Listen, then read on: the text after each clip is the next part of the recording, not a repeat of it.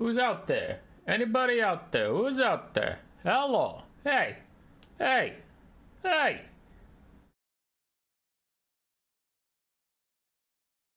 Alright, we're waiting for the thing to start up.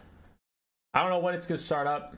Whenever I hit go live, it takes forever to actually get going. It says it's live and then it's not live. Even if I refresh the page, I don't know if it's live. So we're waiting for you. 4 minutes late to start the stream. I had 4 minutes late for shit! Okay, I'm a little late, but I had to eat lunch, get the camera set up. Because people are yelling at me about the camera.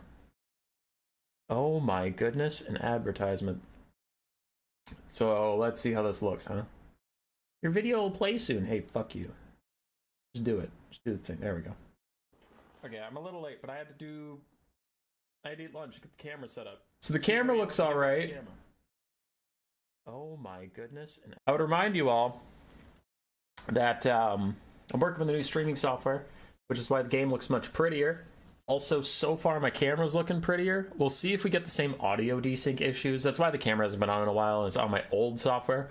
I was getting audio desync, so my mouth would be moving, and then like no words would come out, and then they'd be 10 seconds late. Now just when I view my own stuff back, that really annoyed me.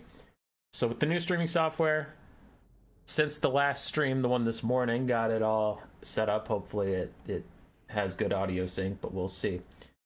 Right, audio and video look good. Hell yeah, they do. And ladies and gentlemen, since we have a camera again, you know what that means. Before we get into the new player tournament, people actually show up. I should tell people that this started. Hold on, I should actually... I should tell my Discord that the fucking stream started.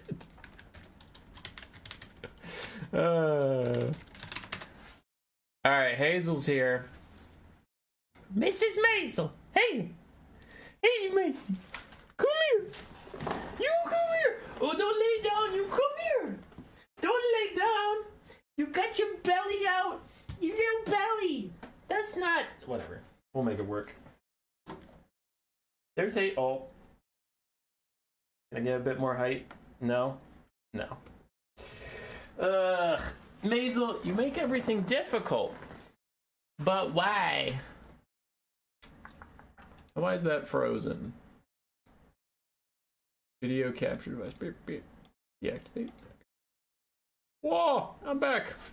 Alright, we have to bring Hazel to the camera. We can't bring the camera to Hazel. Hazel! Come here! There you are. Hey, buddy. Hey, hey, hey, hey, hey. Who's my big girl? Who's my big puppy? Yeah. Who's this?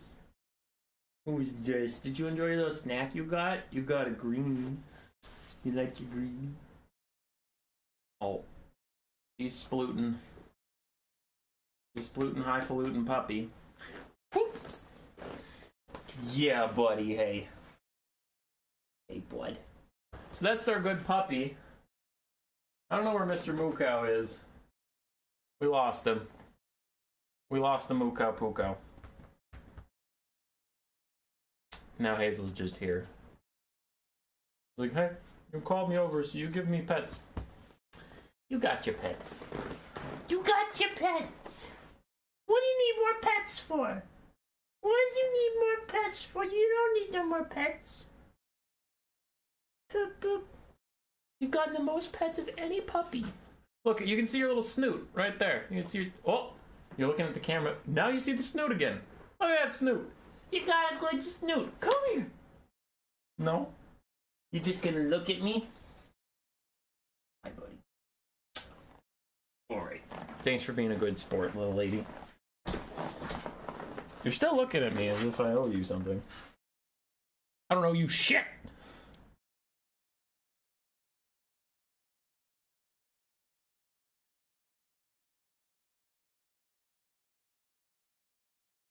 Cats are better than dogs.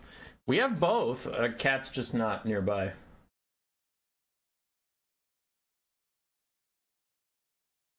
You like the new Legendary Lords? Screensaver for Armor 3. Southern Realms DLC? I have not seen what you're talking about. Unless you're talking about this one right here, which... I forget which one I picked.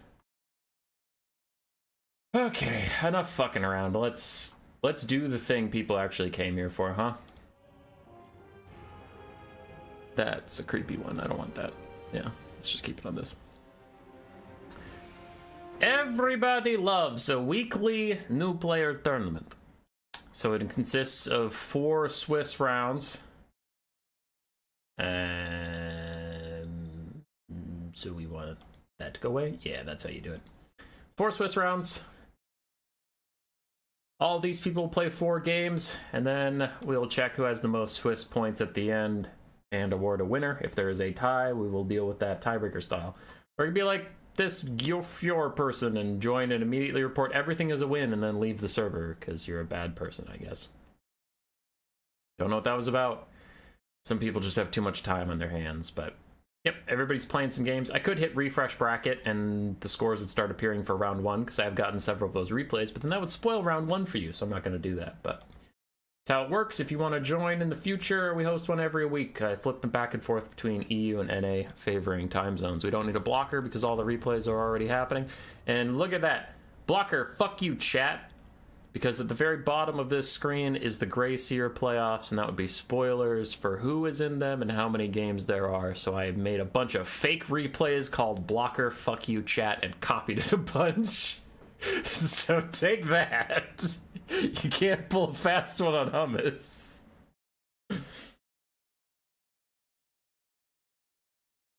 What up, Strix? I was made a fool of today by the rat thing. I showed up at noon like instructed in the earlier stream to go and find there was still an hour to go. Why would they not use my specific time zone? Harris, I am so sorry. I have fooled you, and that's my fault. I'm a bad person. It's true. Is Hayseed gonna win this one? No, Hayseed won one finally, and much to the audience's rejoicing, because apparently people were sick of how good he was. Marilyze Ligajuana versus Acid Devil Dog. That is the best name I've seen. Marilyze Ligajuana. I'm a simple person with simple things that make me laugh.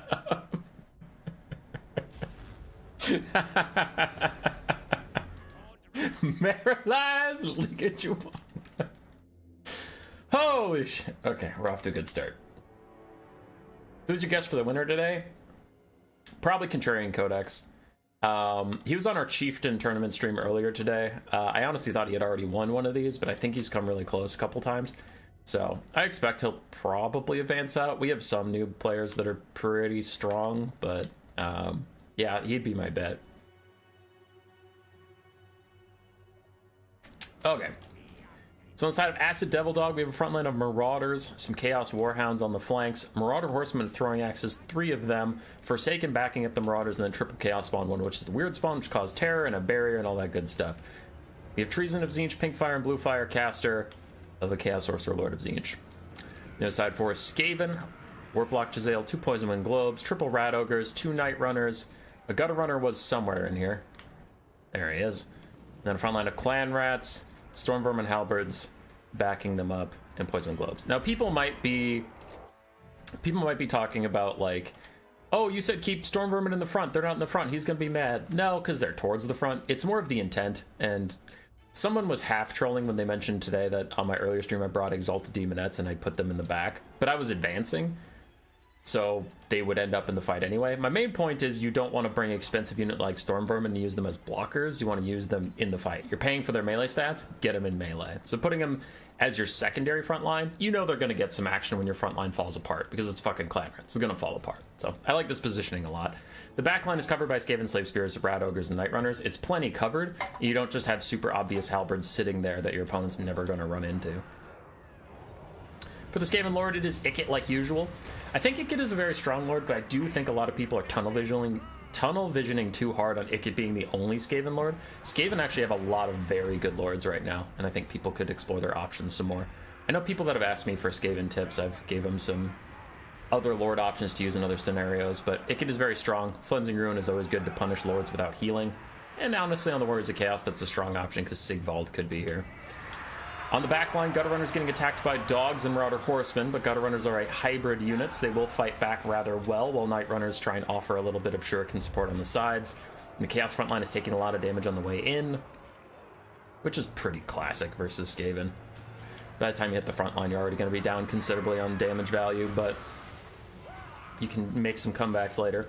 Throwing Axe is doing good damage to Claw. Chaos Sorcerer Lord of Tzeentch just wandering around. These two sound from some Breaking Bad episode.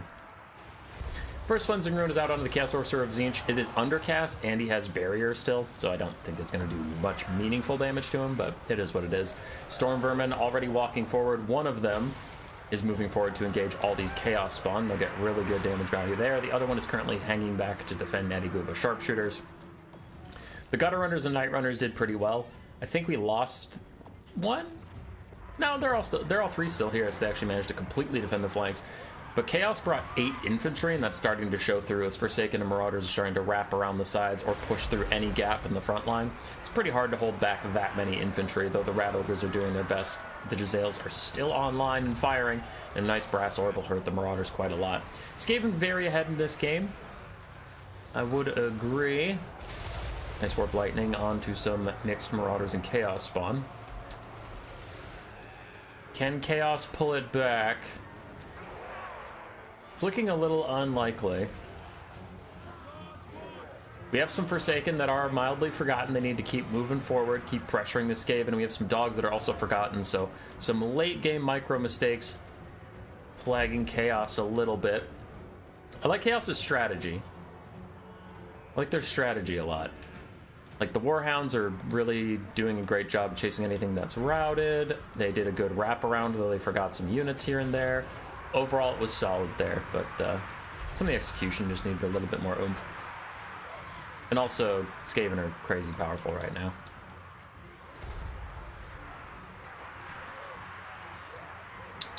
Balance of Power is getting pretty far away from Chaos. Forsaken did finally get to these Poison Wind Globes. Gonna shut them down now. Jezzails are still online and firing. Looks like they're turning their attention onto the Sorcerer Lord of Tzeentch. Meanwhile, Ikit is peeling some dogs, as is his birthright. I liked the attempted Warp Lightning, but I love how much damage it did to the Poison Wind Globes. That's pretty sad. Storm Vermin Halberd still half HP and full HP back here. Very happy and healthy about how this game's going.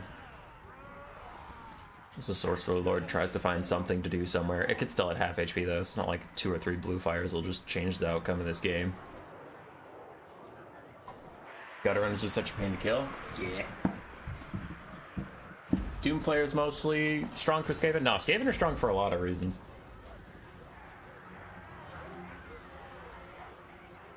What made Skaven so strong was that Doomflayers and Storm Vermin got enough buffs to be good. So then now you have decent armored threats your opponent has to deal with, and now they actually have to pay for armor piercing. Because before those heavily armored units got any buffs, you were guaranteed value if you just took weapon strength versus Skaven. That's all you needed. Like, the only stat you cared about is the highest weapon strength you could get. Skinwolves have pretty high weapon strength and anti-large. Forsaken have pretty high weapon strength. Knights of the Realm for Bretonia have pretty high weapon strength. Like, you could just spam anything with anti-large or high weapon strength and do well.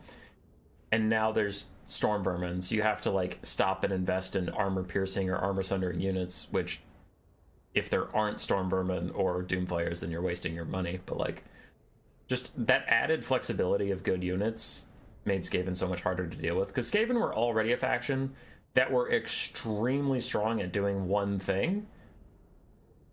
So if you open them up to other options, you still have to try and counter that extreme thing they can do, but now there's other stuff you just need to pay attention to. So, no. Because he used to be extremely good at, like, ranged firepower, but they couldn't defend it at all, and that was it. You weren't afraid of their monster rush because besides Brad Ogres, the Molder monsters are pretty bad. Wolf Rats are amazing too, but I'm talking about, like, Hell Pit Abominations, Mutant Rat Ogres, Brood Horrors are all pretty bad. Doomwheel's pretty bad, so you're not worried about, like, a big terror-causing thing in your rush. A lot of their heavy infantry were bad before the Storm Vermin buffs, so again, infantry rush was suspect. Like, Plague Monks are good, but they don't have high armor piercing, so it's pretty whatever. Their kite tools weren't that good. They were okay. But, like, Gutter Runners got some buffs that made them go from fine to, like, really strong. So Skaven just got a bunch of buffs to every playstyle that wasn't very good for them. Except for Molder Rush still sucks balls, but It's fine. You can rush with Skaven, it's just not a Molder rush. It's like Doom Flayers and Storm Vermin and Plague Monks mixed frontline, things like that. I'll quit rambling now, though. Do you think CA will make Empire leave the toxic zone, or is it too popular for its own good? I think it'd probably make them leave the toxic zone. Probably. The main thing about Empire is their... Sorry, 1 second.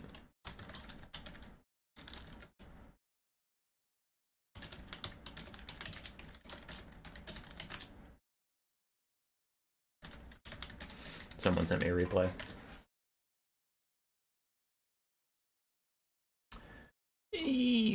Replays, what was I saying? Oh yeah, so the Empire isn't actually that toxic outside of like steam tanks and land ships and stuff.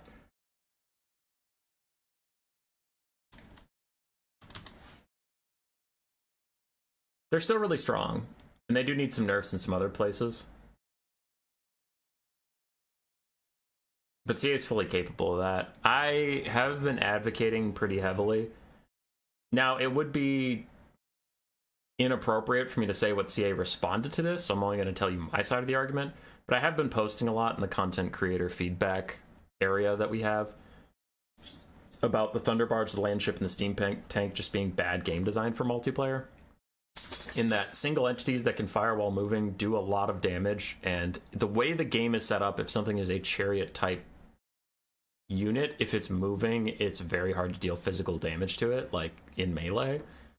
So I was just telling them, I'm like, listen, if you have something that is a chariot that's supposed to carry you the game, it's just never going to be fun or interactive. It isn't. And never in Total War history has that been a good idea. You guys still haven't pulled it off. Just don't do it. But then I know it's fun in campaign for the people playing as it. Now, I have seen some Reddit posts of people complaining about the Thunderbarge being against them. They're like, what the fuck do I do even in campaign? The AI dwarves have like 3 and they just lose. But anyway. So I was just telling CA, I'm like, just make their multiplayer cost insane. Like, separate the multiplayer from the campaign cost, which they've done before, and just make it unviably high. Like, Steam Tank for 3,000 gold. Landship for 3,400 gold. Because it's closer to a Shredder of Lustria than it is to whatever they price it at now. And then I said for like the Thunderbarge, make it legitimately like 5,000 gold.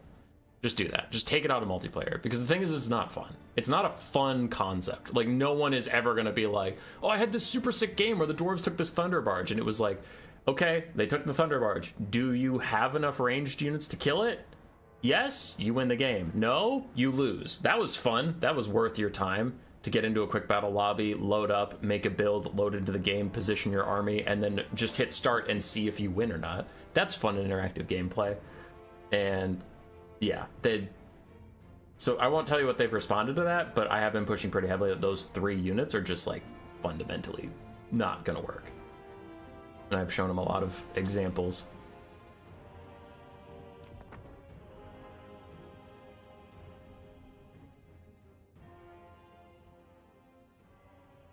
Does the Iron Demon for the Chorfs also have the same issue as Steam Tank? If not, why not? Because the Chorfs don't have... Next game is from Duck of Despair and Brother Advantis, by the way. The Chorfs don't have as much healing for it as the Empire have for Landship and Steam Tank. And then the Dwarven Thunderbarge doesn't have healing, but it is just an insane unit on an entirely different level than the Iron Demon. And the problem with the Landship and the Steam Tank and the Thunderbarge is they are a ranged unit that can fire their ranged weapons in melee, and while doing so, do an insane amount of damage. The Iron Demon is a melee unit that happens to have a ranged attack, right? So the Iron Demon, to get its effectiveness, has to go into melee, where it'll usually stop for a bit and actually take some damage. The Thunderbarge is fine not being in melee, but if you get it in melee, it also still fucks you up. So it's like, it's different. Anyway, we should get on with it. Vampire Coast versus Norska. For the Vampire Coast, do have the Shade Wraith Gunners currently firing at the Beasts of Tashnar. 2 other deck gunners for some far-ranging support. Handgun mobs and hand cannon mobs. 2 Rotting Prometheans gunnery mobs, one of which is Lamprey's Bench. Then we have Count Noctilus with his summon invocation in the heck, and a front line of pole arms. The other side for Norska, We had the Cold Voider, but it's toast. We have 3 Marauder Horsemen who are also suffering quite a lot. A Feral Manticore, Skin Wolves, Marauders, a Shaman Sorcerer of Fire, and some more Skin Wolves and Dogs. Norska is having a bit of a staggered advance, which is a big problem, because now all the guns can shoot at whatever is walking up one at a time, and they aren't coming together as a cohesive force, all hitting at the same time, so the guns only get a couple shots off. Nice flanks in from the Dogs, though. Norska's going to try and stay in this game. If the Dogs can damage the Shade Wraith Gunners, that would be huge. They're a very expensive unit. Already took out 1 Deck Gunner. It looks like the Dogs are actually going after the handgun mobs instead. The rest of Norska is starting to get here. Their infantry could do a lot of damage if they can get in here, because this Vampire Coast build is very heavily guns. Not a lot of front line, so your Marauders can actually do pretty well. Burning Head going to go up and through. Trying to peel things off of Wulfric. Cold Voider also uses a breath attack that does huge damage on the hand cannons that are trying to take out the Cold Voider itself. So Norska is trying to scrap back. They're just heavily at a deficit. In comes a Wraith Storm, damaging the Marauders. As Wulfric gets into a fight with Noctilus, and you'd think Wulfric would win. I guess Wulfric is on a horse, so Noctilus gets his bonus versus large, but still, Wulfric is a dedicated duelist. Noctilus is a bit of a hybrid. Skinwolf's getting a bit blobbed up on the front line, not able to quite access that back line as guns keep peeling off everything else. 1 Deck Gunner has died, otherwise the range is still online. Noctilus is completely fisting Wulfric right now, which is a huge problem. I don't know if Wulfric's even hit him, is how dire that situation is. Bounce Power is going heavily against the vampire, not the vampires. It's going heavily against Norska. It's going great for the vampires. Wulfric is routed off. Looks like handguns are going to try and kill him on the way out. No, they're shooting at the Firecaster. He's surrounded by polearms, so he's in a bad situation either way. Looks like Norska's going to lose this one pretty quick. I liked the build. I think they did just have a delayed advance, which was pretty crucial to their loss here. They needed to have everything hit at once, which is, you know, it's kind of hard to execute, but that's the game, right? You learn as you go. Good build, though.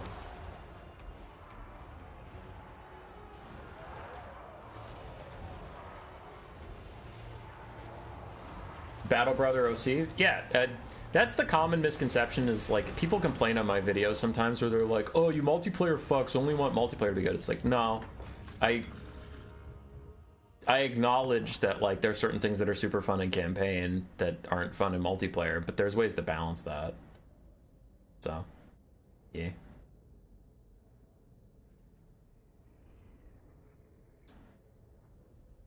Pretty one-sided affair. Good job from Duck of Despair to start. Brother Advantis. Good build. Staggered engagement. Kind of fucked him, though. Gotta tighten that up. Khorne versus Skaven. Oh, that's a build. That is a build that we are going to see today. It's Corvus Glaive! Nolan, Son of Cain versus Corvus Glaive. Corvus Glaive not taking his patented Cultist with the Bloodletter summon tech that we all know and love him for. I miss it. I miss it.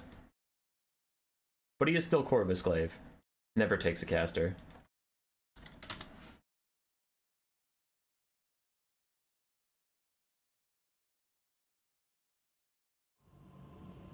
At least the Thunder Barge isn't unbreakable. True, David. True.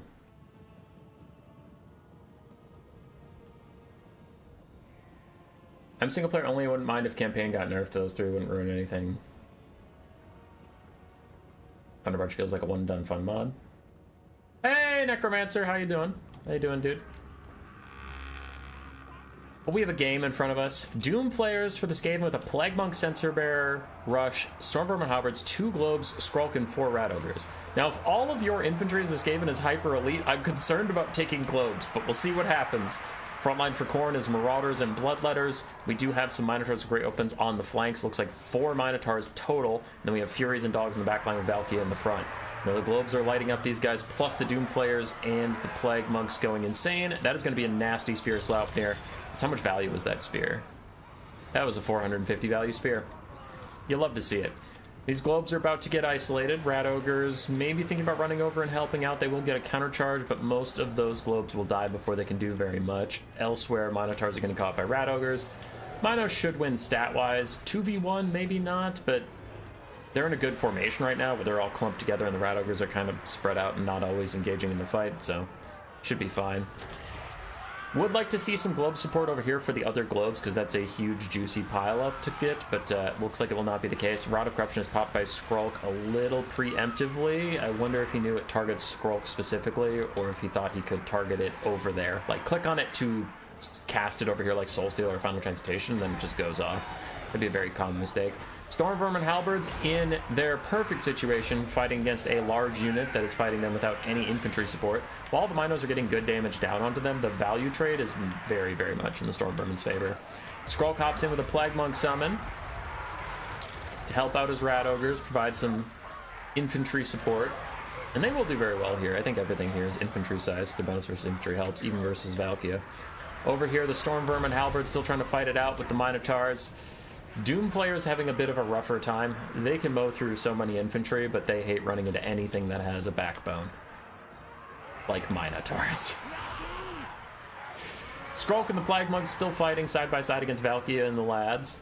Bounce power is shifting back and forth. For a bit there it was Khorne favored, but I think it's been pretty... The fight itself has been actually pretty even this whole time, so I think now it's much more reflective of what's actually going on. As these Minos continue to fight it out, but Stormvermin Halberds will come over and assist to them soon. Skrulk is still fighting over there, but I just want to point out all the dead Minotaur bodies over here. Just laying in the ground. Elsewhere, Stormvermin Halberds break. Plague Monks have not yet, but with a full health Mino rejoining the fight, that might be a different story soon. Skrulk is taking some damage while fighting Valkia, but he's actually a better duelist than she is in this exact situation, because her bonus versus large doesn't help her at all. And his magic damage is nice. Fleshhounds and Furies just getting caught in a bunch of clan rats. Looks like his Plague Monk summon faded away, but he's got Censor Bearers nearby to help him out once again. And I'm feeling the Skaven on this one. I don't know, I guess this full health Mino might have something to say about it, but there go the Furies. Fleshhounds are shortly behind because they are contaminated by Skrulk and the Censor Bearers. Minus 10 leadership. Pretty brutal for them as demonic units. And then comes the Minos. Big rear charge on still cowardly Skaven after all. There's a much better Rod of Corruption. Round 2, better than round 1. Fleshhound's going to fade away with that. Minotaurs take a lot of damage. Valkia is still trying to fight it out. Skaven are getting the upper hand in the balance of power, and I do tend to agree. It's another Spear Slap near goes through all these guys. Can a mass route start? Also, where's the Sword of Khorne? I suppose this is an elite Skaven build, so not a lot of kills, but you still have to think that there is probably a sword charged up and could be thrown down right here. Ooh, I think I saw a Horn of Khorne earlier. Sad. For your average human boy Sword of Khorne enjoyer, that is not a good time. Just like right there, just like a Sword of Khorne right there, just like think about how good it'd be right there, just right there, and just BAM! All of them are dead. More Minos trying to rejoin the fight. They will rear charge in. Other Minos thinking about routing as the contaminated still affects their leadership. But speaking of leadership, it is Skaven after all. No! Why would the globes throw there? Oh god, it's a disaster! They get decent damage out of the Minos, but also so much damage on all their own elite units. Skaven treachery at its finest. Stop throwing at the blob, you fucker! Stop it! What did those halberds do to you, man? No! They're gonna rout! Valkia is trying to snipe out Skrulk. His leadership is faltering. He's down to 5 leadership. If Valkia gets one more hit in, she for sure chases him off the map, and the Skaven might actually lose, but army losses takes him out because the Clan Rat Summit is here, and the Skaven treachery is not enough to fuck him over entirely.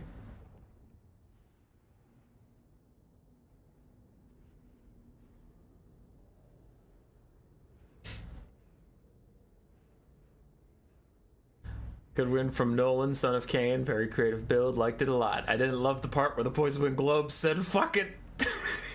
Send it. And threw at their own guys. That wasn't my favorite part. Valkia did very well. Marauders got destroyed. Bloodletters also did okay. The dogs struggled quite a lot. Minotaurs, mixed value, but overall fine.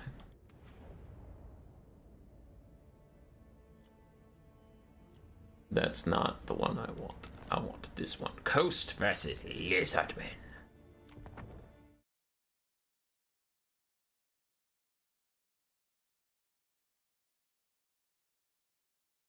Ratu not answering.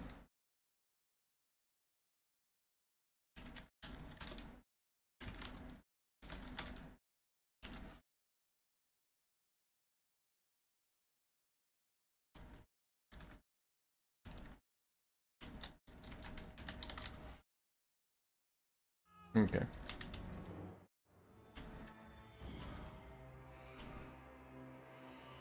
Do I see 4 bloats?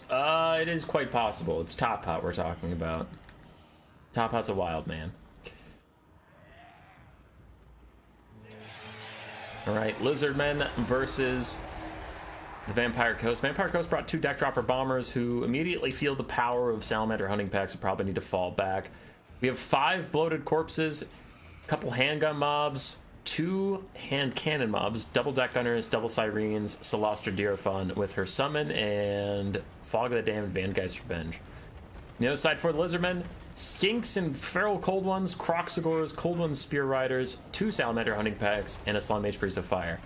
I don't love bloated corpses here because bloated corpses cost more than the skinks they're going to try and destroy, but my golly gee whiz, they're going to try and destroy them. Bloated corpses take out a feral cold one and a skink cohort, and we still have 3 more bloated corpses to go. Next one gets activated, he's running in.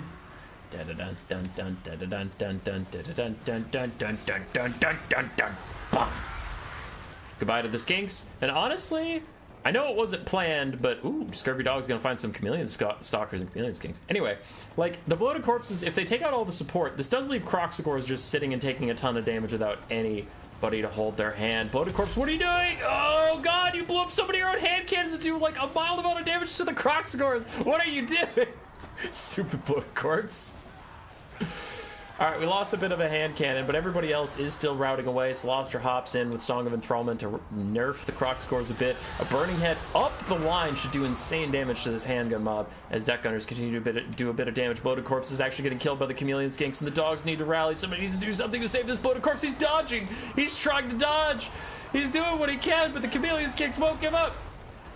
Hand cannon still messing up the Lizardmen on the way in. It's just the Salamanders and a couple skinks now versus the world. Banishment in from the slot onto the deck gunners. Meanwhile, Feral Cold Ones dive onto the other deck gunners, doing a lot of damage. So the bloated corpse gets blown up by chameleon skinks because they're bastards and hate fun.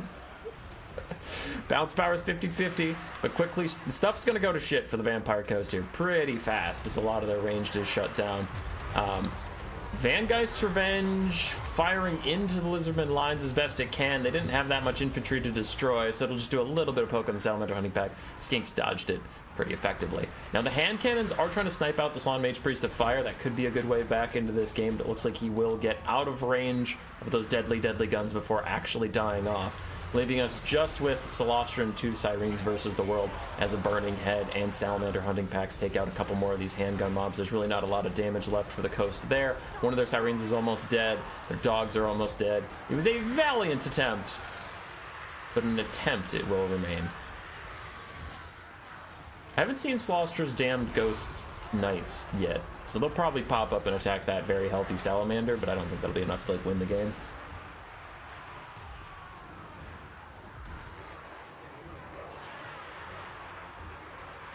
There are the damn Knights Errant, who actually immediately get orders onto the Slan Mage Priest of Fire, which I don't necessarily hate. Fog of the Damned Overcast down from Celostra, trying to lower the leadership and melee attack of all these Croxagors that are attacking her last healthy Siren.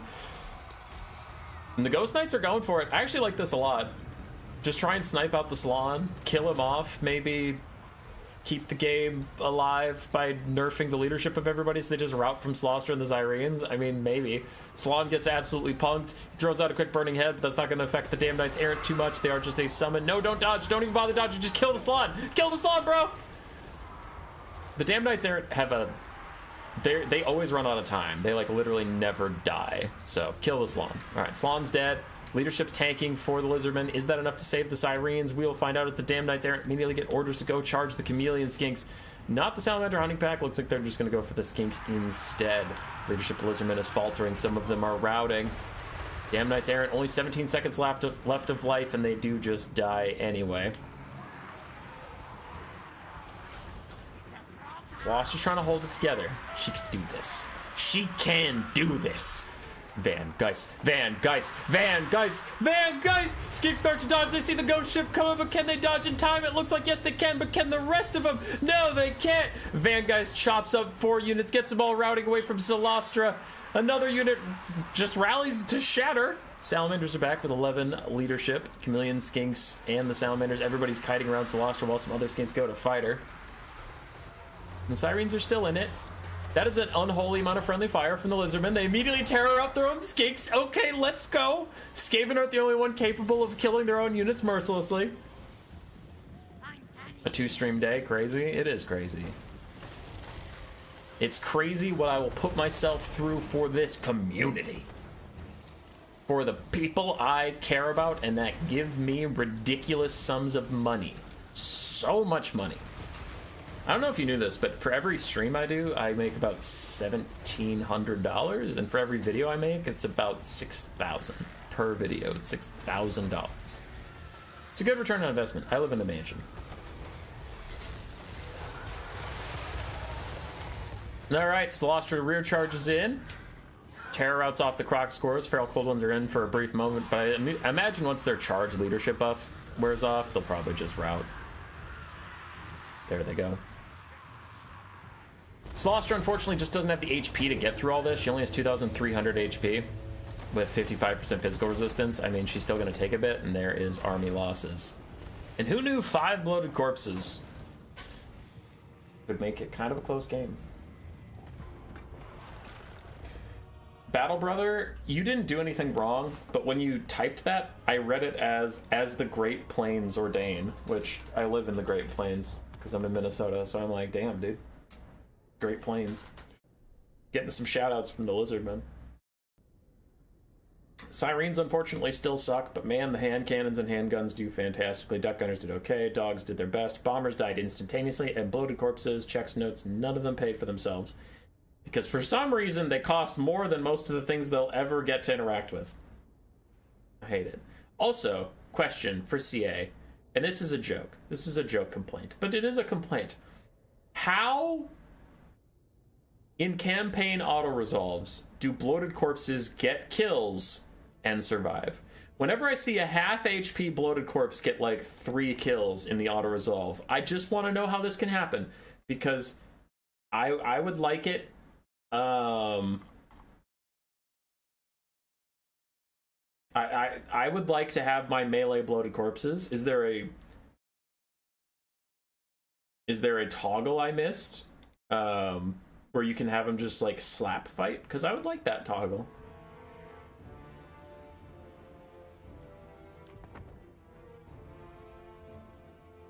Video just stopped for you?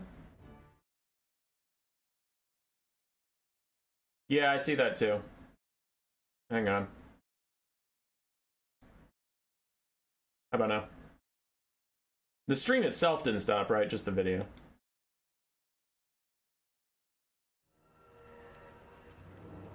Only hummus fans not loading. Alright. We're on to the next game. Beastmen versus Vampire Coast. We have some Fellbats, animated Hulks, front line of zombies, and then handgunners, hand cannons, Shade Wraith gunners, some Prometheans mobs, and Noctilus on foot.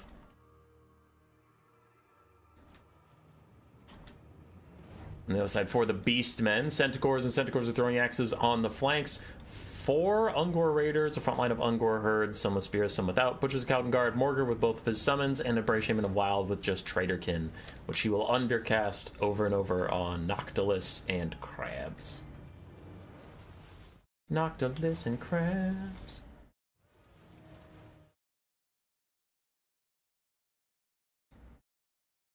Checking in on the tournament, just making sure everything's going okay. Most people are through round 2, starting on round 3. Many a pirate this day? Yeah, the other day was the elf day. Today is pirates, I guess.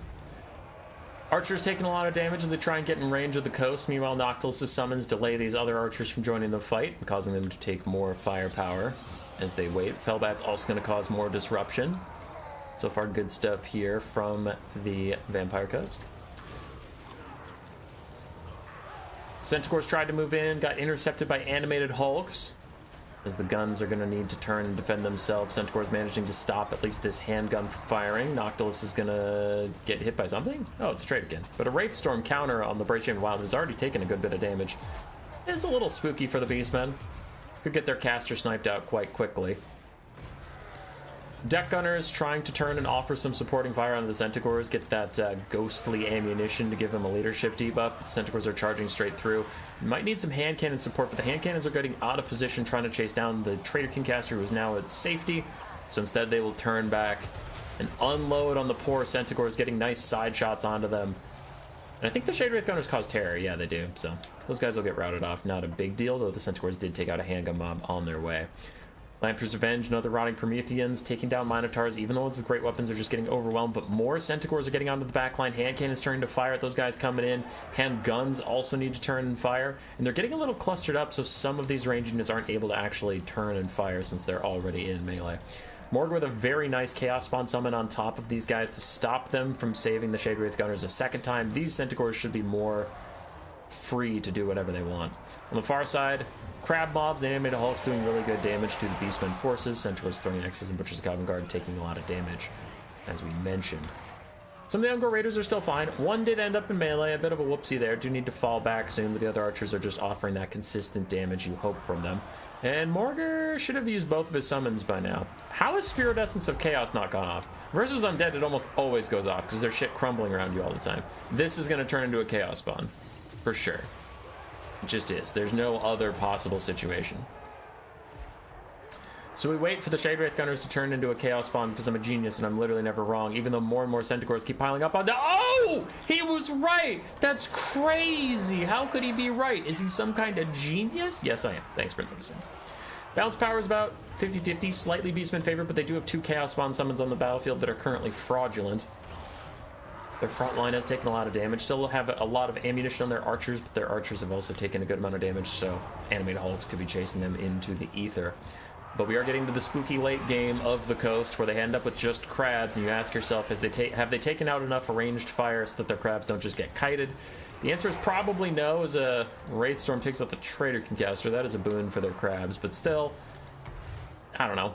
4 archers and some throwing axes still alive, while the Butchers of Calvin Guard continue to heal up while fighting back. Sounds a little spooky to me.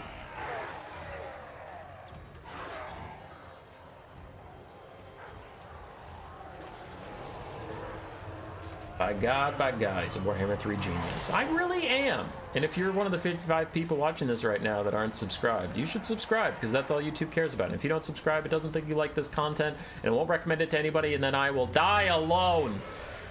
Moving on. Noctilus and the Lamprey's Revenge teaming up to fight against some Centaurs. I have a bunch of pings. Who are they from? Okay, I think I can wait on those, maybe, possibly. Are they problems? No, not problems. Good. Good. Good. Beastman frontline is slowly cleaning up the undead, making the map a little simpler to look at. Both of these deckhands mobs are summons, so they're not real. Animated Hulk is about to die. That deckhands mob is a real and has taken a lot of damage. Hand cannon's about to die. Deckhands mob's about to die. So the map is simplifying on the side of the Vampire Coast. For the Beastmen, they're just trying to bring in a bunch of straggling forces to keep firing on the coast. Currently shooting at, looks like Noctilus, but Animated Hulk's going to crumble away too.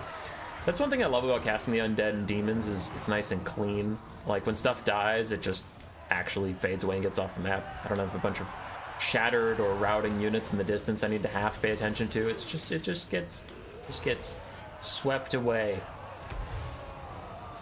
Overcast Invocation to Heck, trying to heal up all these units. Now that healthy mob is a summon, but it did hit all the real units in here, so overall that's fine. Another Wraithstorm is out from Noctilus onto the Centaurs, who are currently charging into the last real deckhands mob. Really good damage on that. I like that wasn't cast into Morgar, because Morgar is pretty resistant to those sorts of things, plus he has slow, constant healing. Since the Vampire Coast hasn't been taxing his healing at all, like they haven't been doing damage to him, you're not going to be able to kill him until the hyper late game, so you might as well kill the Centaurs now, rather than just poke Morgar and he heals it back up immediately. It's looking a bit tough though. Lamprey's Revenge healing cap is already in sight. Noctilus is a hell of a boss, but he can't really grind through that much stuff. It's not his MO. Lamprey's Revenge are even starting to crumble a little bit, which constantly hurts them slowly but surely, as the Butchers of Calvin Guard are healing in the distance, becoming a scarier and scarier late game armor-piercing force. Nocti, do you even have summons left? You have 1 Winds of Magic summon. Lamper's Revenge takes some damage. Somebody just became Poisoned Globadier. Who is it? Be cool! Yeah, be cool. Since you're Poisoned Globadier, you have early access to my videos. If you pan over to my channel right now, you won't see any videos because the last one I have recorded came out today. But I just edited a lore video and a free-for-all. So those should be coming out soonish. I thought Humbo was just a genius, meaning he's super duper smart and super good at everything. That too. That too.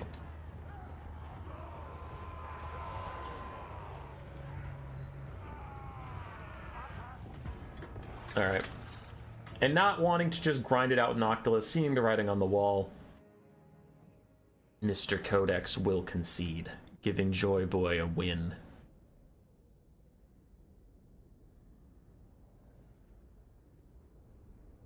Shade Wraith Gunners.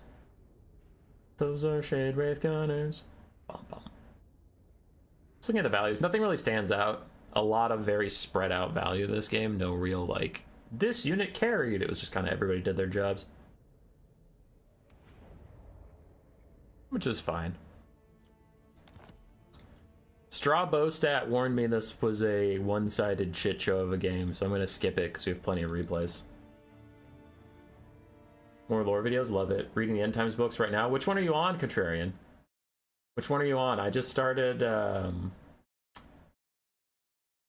started the final omnibus, so I'm reading Curse of Cain right now. I don't have a lot of nice things to say about the, Dark Elves ever. But here's one thing I will say. Reading about Malekith in the End Times, I'm not that far. I'm only 50 pages in. And I'm not saying the writing is good. I'm not saying the plot is good. But Malekith himself, very cool. He's a very cool character. And, like, I read a lot of Skaven books, which are hilarious. I read a lot of Empire books, Bretonnia books. I even read a lot of elf books, and while the elves are more overpowered, they're kind of overpowered in, like, a nebulous way. Like, it's not bad. I'm not trying to complain. But reading about Malekith is, like, it's just a power fantasy, and it's kind of satisfying. Where, again, a lot of stuff about the Dark Elves doesn't make any sense, but just reading about Malekith, it's really hilarious, because he's just kind of, like, having these existential musings while he's riding his dragon above a battle that's going horribly for the Dark Elves. Like, they are losing so bad, and he's just looking up at the sky like, what did I have for breakfast 500 years ago? My mom is kind of hot. Does that make me a bad guy? Am I a bad guy? No. Well, I remember what Tyrion told me 423 years ago. He said I am a bad guy. Am I a bad guy? And then, like, someone throws a spear at him, and it, like, hits his dragon, and he's just like, you fucking dare! And dive bombs down to, like, absolutely murder this bitch. And I don't know, it's really fun. It's fun to read that kind of character. So, not talking about the plot or the quality of the book, but just the character Malekith is very fun to read.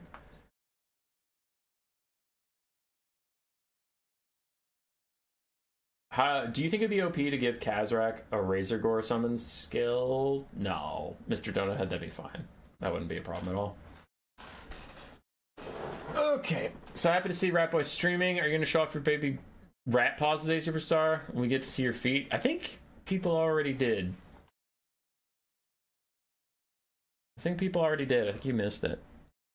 Okay, what else are we doing? We have seen we've seen Acidic Devil Dog already. We've seen Marilize Legal Juana, so I'm gonna keep looking for people we haven't watched yet. We haven't seen Straw Bow Strat yet, so we'll do that. We have seen Katurian Codex, but not Straw Bow.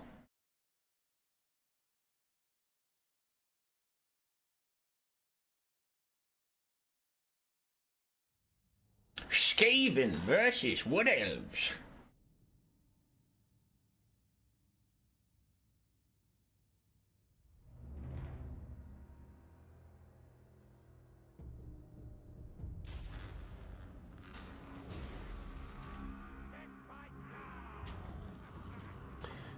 Okie dokie. for Mr. Codex on our beloved Skaven. We have Night Runners and Gut Runners on each flank, Skaven Slaves and Clan Rats across the front line. We have one Giselle, the Avalanche Mortars, Plague Claw Catapults, and then some Skaven Slaves and some Rat Ogres. Also, Nimbus Way is not here to enjoy the Plague Claw Catapults. Contrarian, it does make sense. You're right. Makes complete sense. On the other side, for the Wood Elves, we have Wild Riders. Lots of them. Dryads in the front line, Glade Riders following them up. War Dancers, Glade Guard, a Life Caster with Regrowth and Earthblood, and then a Glade Lord with Helm of Discord up on a Forest Dragon. Pretty chad, but the Avalanche Mortar is going to make quick work of the Archers and Dryads and War Dancers, so we'll see if the Cavalry can get onto them quickly enough to turn this around as another terrifying volley is coming in. And your War Dancers are dust. Hey, Skaven ROP, you can't just delete my units like that. That's fucked up. Hey, shut up, nerd. Skaven are the best. Skaven are the bomb. Look at this. Look at this damage they're dealing. What, you got a problem with that? You got a problem with shit? Never nerf Skaven. Perfect faction. Anyway. That's my unbiased and reasonable takes that I give to CA. So if Skaven get even more buffs, I'm your boy. You know who to blame. Is that a full health War Dancer coming in? Oh, not anymore, motherfucker! Half HP! Best units in the game, Skaven OP, never nerf, never die! Brass Orb is in onto the Glade Guard. Meanwhile, the Plague Claw Catapult's been doing good damage to them with overwatching support from the Natty Boobler Sharpshooters. Wood Elves are on the back foot. Their Wild Riders are trying to peel off Gutter Runners from their back line as dogs are killing the Glade Riders with spears. Everything is going just as it should because Skaven are the fucking best! They're the fucking best, brother! What are the Avalanche Mortars gonna shoot next? Give it to me. Give it to me. Inject it straight into my veins. Full health Glade Guard, more like dead ass motherfucker. Ah! Oh, they didn't quite die. Oh, it was only half the volley. Oh, the delayed release. Oh my god. Wood Elves in complete disarray. Wolf Rats and Rat Ogres and a whole bunch of random chaff fighting Wild Riders on the side is going fantastically for this Skaven. The Glade Lord and the Dryads accompanying him are gonna try and do something on the back line, but it won't amount to too much. As It and the boys just rolling. Speaking of horrible writing, just finished the most recent episode of Rings of Power. I haven't seen a battle this bad since Game of Thrones season 8. I have not watched any of Rings of Power because I heard it was terrible, and I just didn't want to put myself through that pain. We are getting dangerously close to army losses as Avalanche Mortars take out yet another Dryad. Warplock Giselles are trying to poke down the Glade Lord enough to end this game before the Skaven have to actually dirty their hands with cleaning up the rest of the battlefield.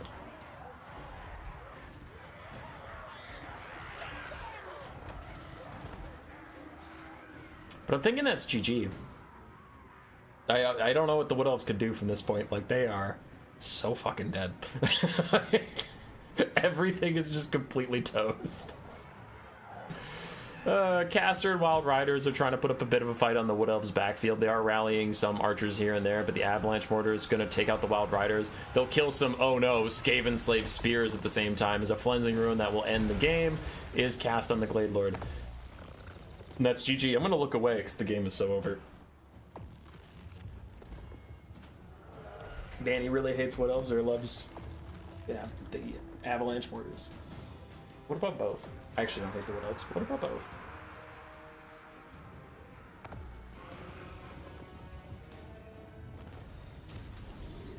What is Rings of Power?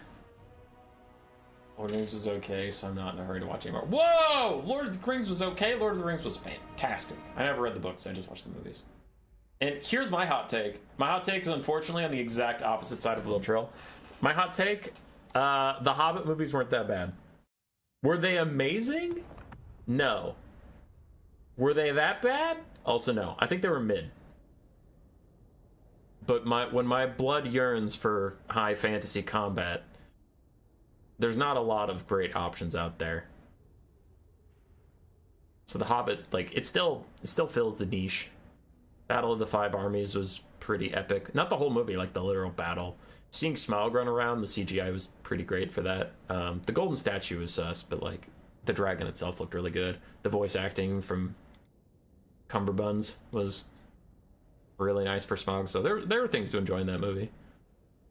I also enjoyed the end of Hobbit 1 where they're running away from that like white orc. There were things. And then there's the how can you forget the line?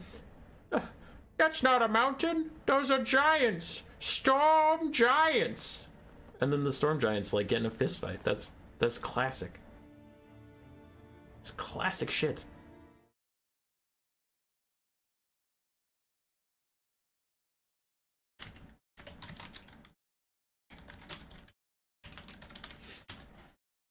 Were they great? No, I'm not saying they're great. I'm just arguing they're not terrible.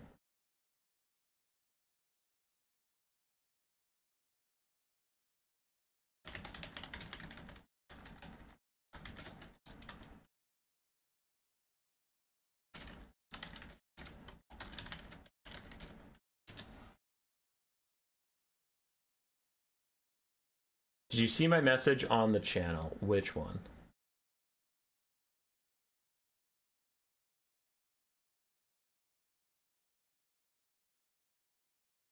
Oh, yeah, I see it.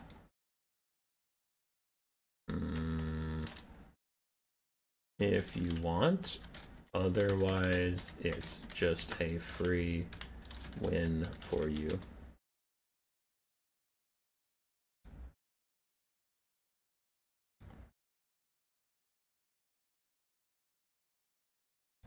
Okay, sorry. People had tournament questions, and I'm getting replays from things. Rewatch the animated Lord of the Rings, then the live action movies. Damn, Mouth Sauron was so cool. The Wood Elves won? Incars, what? Incars, that's messed up. Okay, looking for more people we haven't seen. We've seen Nolan, we've seen Duck of Despair, we have seen Top Hot, we have not seen Pretty Steel Bonnet, and that is Dwarves, so I will skip it. This is Dwarves versus Brother Bear. We haven't seen Brother Bear, and we haven't seen Pretty Steel Bonnet, so I think we will cast this one. I'm not going to cast these Dwarves. I'll cast these Dwarves. Hot take, Dwarves win.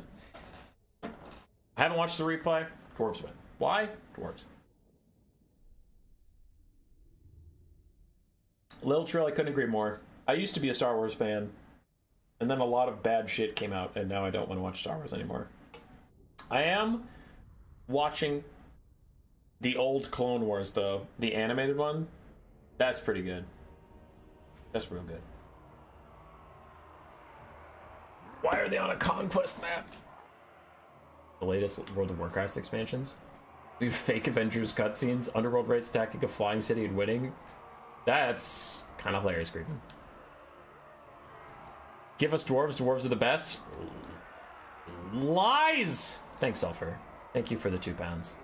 It's very much appreciated.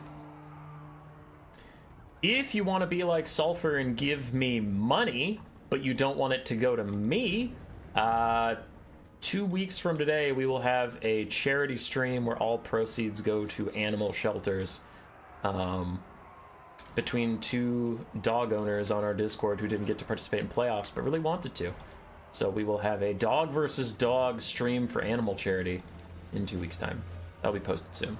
For the dwarves, though, let's focus up. Let's get in there, lads. We have some miners with blasting charges for Pretty Steel Bonnet on the back line, Nordlings, Ironbreakers, double Dwarven Bolt Thrower, a Master Engineer, Rangers and Dwarf Warriors for a bit of a front line, Grombrindle the White Dwarf, and that is it.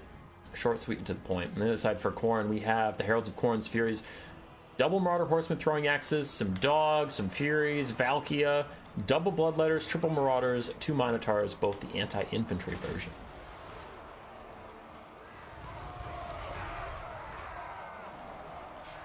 Blasting charges quickly take out the Furies of Khorne, who Demonic Instability Crumble will finish off.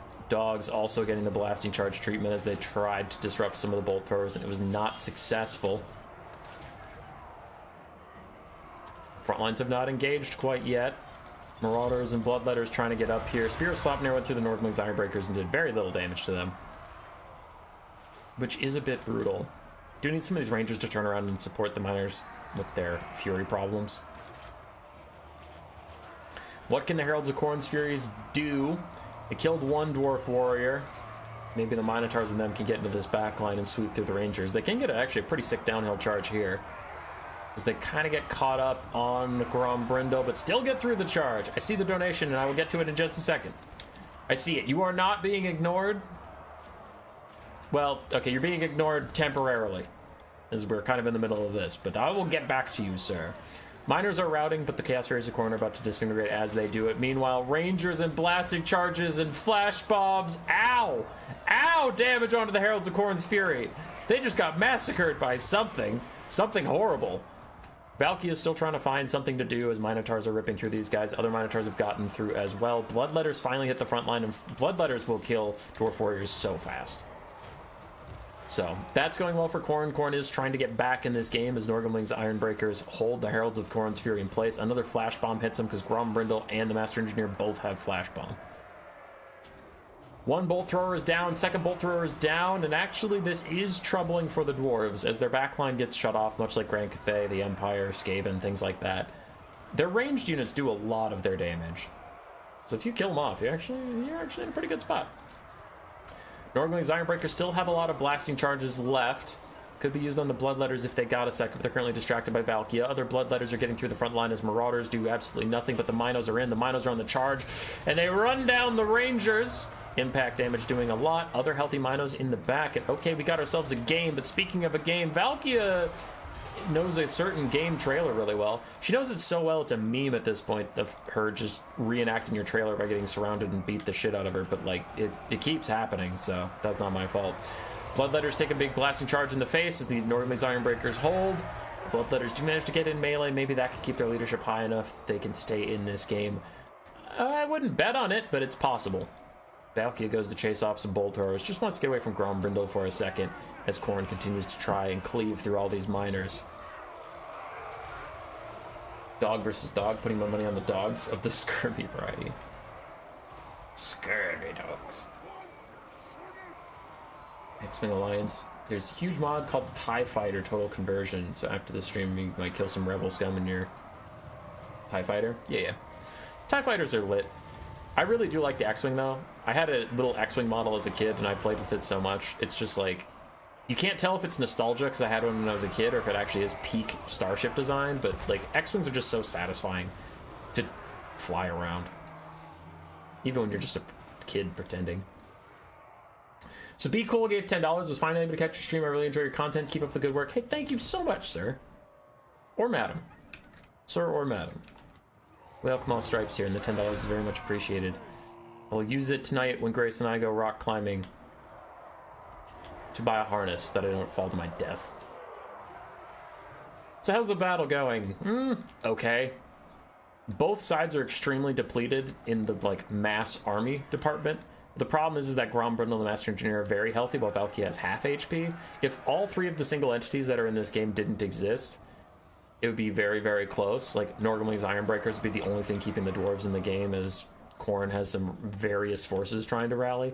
But with a full health Grombrindle and a Master Engineer, I just really don't know how Khorne can hope to win. Because, like, if this Mino got to charge it on Norgamlings, they'd be fine, but Grombrindle's going to be there, axing them to death. That charge was as good as it gets. The results were still horrible. I get the dwarves are sturdy, but come on, it's not even an infantry unit. Yeah, my problem isn't with the dwarf basic infantry. My problem is with like a lot of the design decisions they did around the dwarf specialist units. Dwarves are just like too good at too many things. And it kind of sucks. I like stalwart lines of dwarves just being stalwart lines of dwarves, but I hate Hero Hammer, Thunderbarge, Gyrocopter Cheese, things like that. And unfortunately, Gyrocopter Cheese is one of the best ways to play the dwarves in multiplayer, which is just like really terrible end result.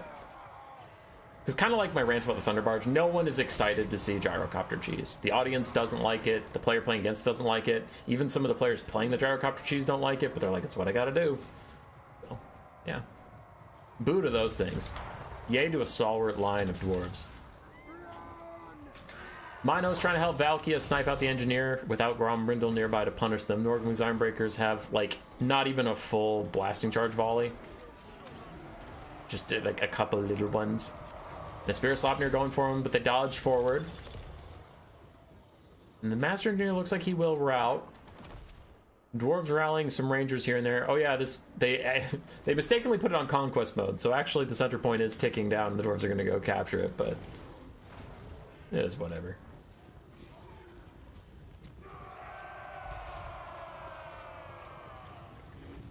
Will Trill You wanted TIE fighters? Are you an Imperial?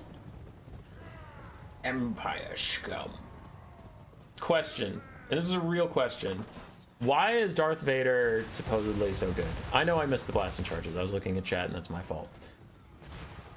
Because here's the thing.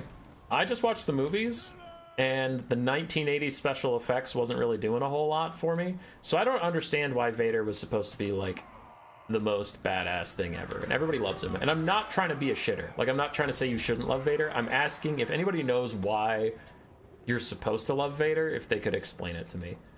Because whenever I see Vader, I grew up with the prequels. So I watched like Darth Maul do a bunch of crazy flips with a double-bladed lightsaber and take on 2 Jedi at the same time and be a fucking badass. And then I'm supposed to believe that Vader is way more powerful than him. And when I watched the movies that had Vader in it, he like awkwardly swings his lightsaber like 3 or 4 times, and I guess he force chokes a bitch. But if you're telling me Darth Maul can't force choke a bitch, then have you seen Darth Maul? So I don't know, like in the lore, for anybody who knows, why should I give a shit about Vader? What's so special about him? Master Engineer gets sniped out by Valkia. I still don't know what you're gonna do about a full health Grombrindle. I really don't. Khorne's fighting their ass off to stay in this game, but I don't know how they win with Grombrindle existing.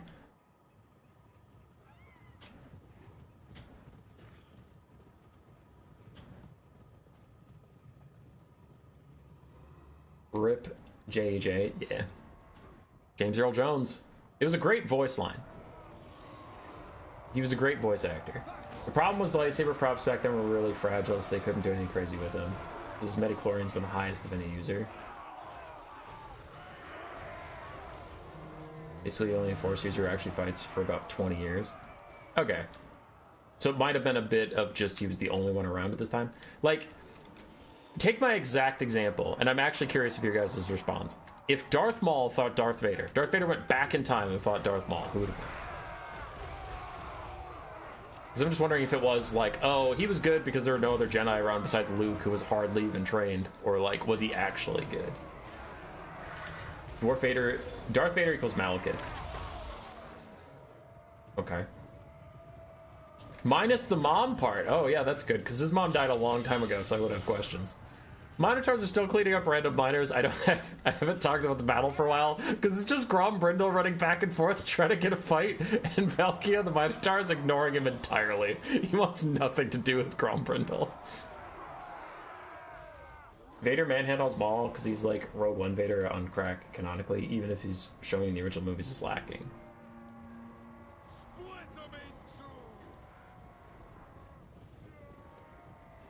There's a comic where Vader fights a Maul clone and wins. Okay. Have you seen the Rogue One ending? Man slaps holes. I actually loved Rogue One. You're right. Rogue One was great. I kind of wanted to watch the Kenobi series, but then I heard it was trash garbage. I'm gonna fast forward as Khorne tries to chase down various things and nothing is really happening. Alright, Minos are engaging on the miners. Horn of Khorne is popped. We'll see if they can do anything to Grombrindle. I doubt it, as Norman's Ironbreakers are stuck fighting Valkia. Looks like the Minos are gonna ignore Gromby and come over here for a rear charge on these guys. Get some decent impact damage. And the final fight has begun. Vader would just ragdoll him? Okay. Okay. Alright. Palpatine is Marathi, which is funny on itself. Oh, so Vader wants to fuck Palpatine. Now it's making sense. Thank you, Miguel. Thank you for making that all clear to me.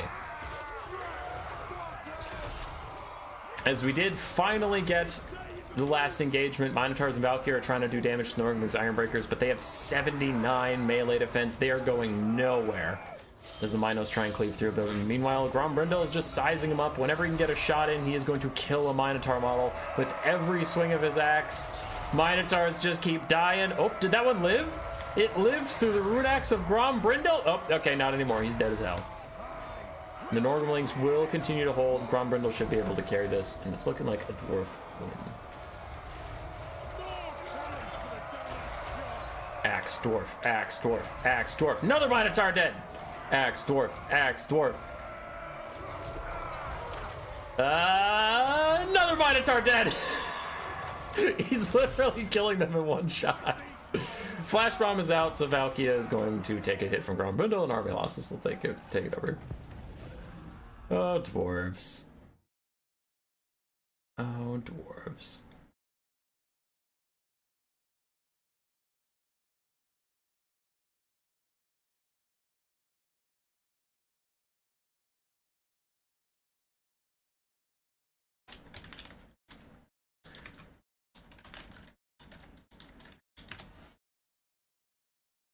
Why is everybody messaging me things all of a sudden? I don't want your replays. Leave me alone! My God. Okay. Alright. Let me just save these replays as people keep sending me replays. It does seem that most people are finishing round 4, so I will stop getting replays. Duck of Despair sent me a positive message, which is not allowed. Oh, I had fun playing in your tournament. Oh, thank you for hosting this tournament. Fuck off. How dare you?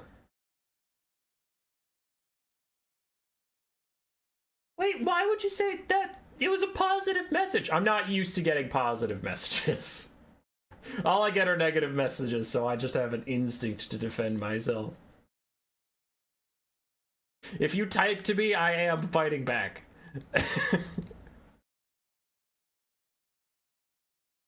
Hey, human boy, hope you're having a good day. Hey, you can go to hell. Alright, where's the tournament at? Let's check in. Boom. Most people are done with round 3. Round 4 has a couple left. More replays. Why? Stop sending me things. Okay.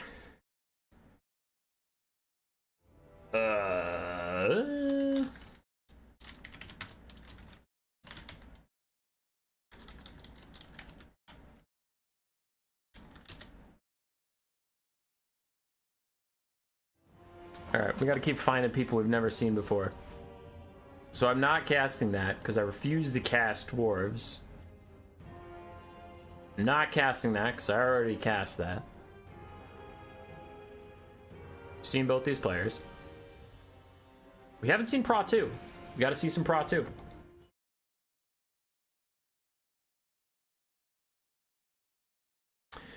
MTK's Joy Boy versus Pra the Second. Grand Vomitus, is it your birthday? No. What? No.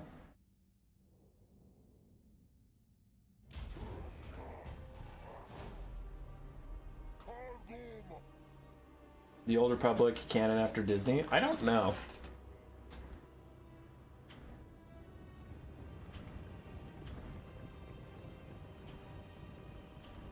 There it is, you scared away the one guy that actually gave a shit about you. Ah, damn it. You got him. More Dowie Steel. I might. I don't anticipate that Vampire Coast game going well. Have you played Republic Commando? I did. It was really good. I played it on the original Xbox because I am ancient. But let's focus on this game as we have Pra 2 on his beloved High Elves taking Imric up in the sky with some Illyrian Reavers, Fireborn, a front line of Silver Guard, very elite High Elf Spears, Rangers, Lothern Sea Guard, and a Life Mage with Shield of Thorns, interestingly enough, and Earthblood. On the other side, for the Beastmen, we have a Jibber Jabber Slife charging through things, Centaurs of Zinch on the flanks, Pestigore and Goreherd front line with some archers and Minotaurs to support them, with Malagor Dark Omen, who brought only Flock of Doom, which he is currently using to help the Cav fight. Now, the Centaurs of Zinch getting a downhill charge next to the Fireborn could be very problematic for those elite High Elf cavalrymen, but thankfully for them, the Centaurs of Zinch are busy chasing the Illyrian Reavers, and also thankfully for them, there are some Silver Guard here to offer a bit of spear support, so the Fireborn should be fine. Jibby Jam Jam's Jabber Slife getting hunted down by Imric, taking big old dragon chomps on his blubbery hide. Imric's poor dragon is about to have a heart attack from all that fat, but at least it's getting its job done, I suppose, as more Centaurs charge in for the flanks of the High Elves. Silver Guard trying to march into position. The Centaurs see them coming and start to avert their charge, maybe looking for a better angle that doesn't involve so many spooky, scary spears. Imric still hunts the Jabber, and unfortunately it looks like this Minotaur may have been forgotten in the distance. Does need to be brought to the battle.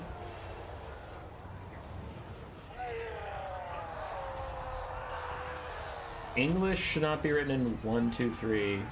Written in 1, 2, try. What? English should not 1, 2, 3 be written as 1, 2, try. No! 3 is T-H-R-E, not T-R-I. Lies. Anyway, Malagor's trying to snipe out the Mage of Life, but he's not actually winning that. Lord of Dragons has nerfed him quite a bit, and he's getting poked at by spears, so he wants to opt out of that, while Imric continues to hunt the Jabberscythe down. Big old Flock of Doom onto 4 units, though it is overcast by him as well. Just the Centaurs charge in. Lots of damage, and even maybe going to rout the Lothern Seaguard. Jabberscythe continues to fight Imric. Probably wants to get away from here, but is having such a hard time getting away from him. And in the distance, the Fireborn find themselves in a 2v1 against Centaurs of Zinj and Ungor Raiders. And in comes the Forgotten Minotaurs. Were they truly forgotten? Yes. Or were they just here to protect the archers from the Fireborn? Was it all a bait? They were forgotten. But what if they weren't? They were. Doesn't matter. All's well that ends well. Imric runs into some Centaurs while trying to help out his boys, but a lot of his archers are routing. And the Hive's quickly running out of damage. The Fireborn are dead. Most of the archers are dead. We still have a lot of Silver and Guard holding for now. Imric's trying to put the game on his back, though this man hasn't been able to solo carry a game since, like, November of last year.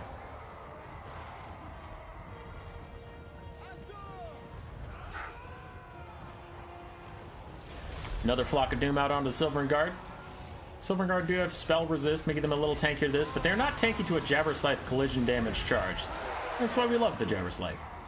Charges straight through everything. Jibber Jabber's great. Malagor once again trying to snipe out this Life Mage, so he doesn't have to kill 1.5 Imric, so he can just kill Imric once. Not seem to be the case, though, as he can't quite land the hits onto the Life Mage, and has to content himself to just fly away instead. Jabberscythe's trying to drain down some of the Silver and Guard whenever their leadership falls low enough. The Aura of Madness starts to damage them a little bit. And the High Elves kind of pulling back a little bit on the balance of power, getting a little more oomph. Still have 3 Beastmen archers that there's now no mobility to take out. Still have a full health Minotaur with great weapons. And then some tattered ass infantry. I mean, the infantry aren't going to matter at this point. They did their jobs. Now it's just, can Imric kill these Minos? That's really what it's down to. And my gut says no, especially with archer support aiding the Minotaurs, but like, yeah, you never know. Jabber's gone. Imric defeated it. And in come the game-winning Moo Cows with their giant great axes. Ooh, we have Silver and Guard support. Minos? Minos, be careful of Lord of Dragons, lowering your melee attack to melee defense to literally 0. Minos, get out of there! Silver and Guard get the Dragon Horn to buff them up. They're doing so much damage to the Minotaurs. Oh my god, Imric's fighting back. The Minos are getting nothing done. The archers are trying to offer a little bit of supporting fire, but it could be too little. It could be too late. My god, he's gonna carry the whole game. He's fucking up the Minotaurs. Here comes a Flock of Doom from Malagor, but it doesn't matter, because Silver and Guard are getting slowly healed up by an Earthblood, plus they have spell resistance, so who gives a fuck? And Imric is opting out of a fight on top of his own spears with all the Minotaurs? Why would you do that? Just keep taking the fight. You were winning! As the archers are going to shoot at him, High Elves take the lead of the balance of power. The Fireborn are back. The Fireborn are 5 whole units. Look at him. Dun, dun, dun, dun, dun, dun, dun. Did that guy just start bleeding out of the side of his air? Okay, whatever. Centaurs of Zinj get a good surround on the Mage of Life, who is almost heal capped, but Imric lands on them. He will quickly disperse these fools as archers rain fire on their own forces. Bounce power goes back to 50-50 yet again. The Silver and Guard are taking a lot of damage, so is the Mage of Life, but the Fireborn get the rear charge onto the Ungor Raiders. No one was expecting. The helpless Beastmen are now at the mercy of the Fireborn.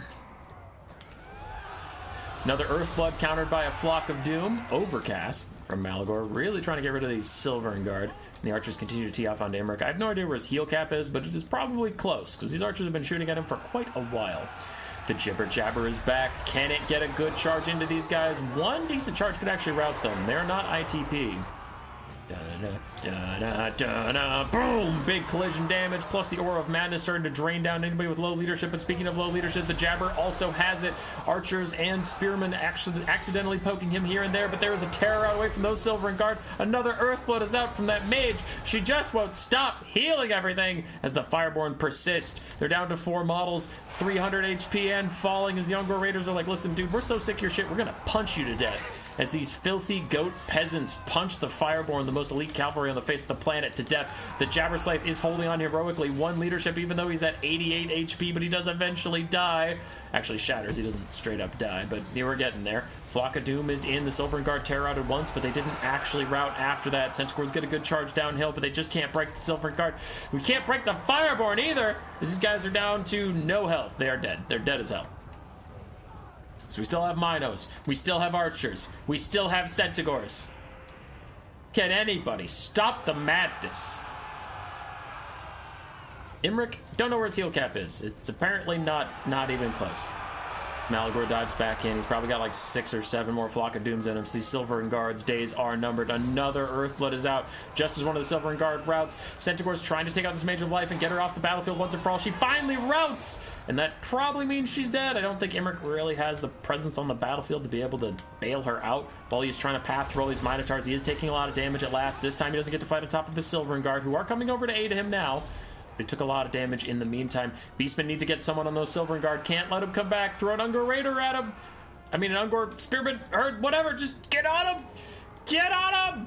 No, the Silverhead's back. The Silverheads are coming back. The Life Mage is dead, and that is something.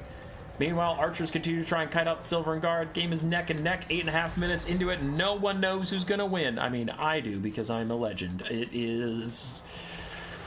whoever wins this game wins this game. Boom. I'm always right. Silvern Guard gonna rout. I'm calling it now. Beastmen win. Beastmen win, baby. Easy W. No Silvern Guard to keep Imric safe means he will die eventually. Healing cap is in sight, but I mean, the life caster just died, so it's not like he can heal anyway. We do have some Silvern Guard returning to the fray. Imric is still battling out, but the Ungor Raiders firing forever. That one only has 100 value, but that one has 700, and this one has 800. You love to see it. As Imric crawls uphill towards his Silvern Guard support, he's like, please, brother, help me. Long live the Beastmen. As the Silvern Guard brace, holy shit, they're doing it, they're betraying him. Oh, never mind, they're bracing for the Centaurs. My bad. I totally thought they were bracing to kill Imric there. That's just a common mistake. So the Minotaurs overchase a bit. They are now fighting on top of Silvern Guard and Imric. Imric punishes them briefly before they retreat to their Beastmen lines. The Archers getting back in range to continue firing upon Imric. And the Silvern Guard hold the top of the hill. Malagor watches ominously.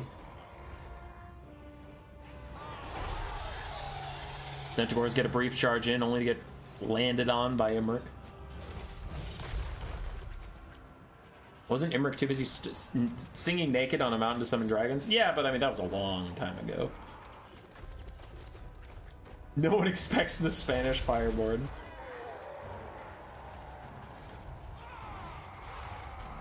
Silvern Guard still down here holding as Imric just charges around whatever is fighting the Silvern Guard at the time. Silvern Guard down to less than 1,000 HP, but their leadership still is in the 20s because High Elves are very elite and Silvern Guard are some of the most elite of the elite. The Minotaurs get an uphill charge onto Imric.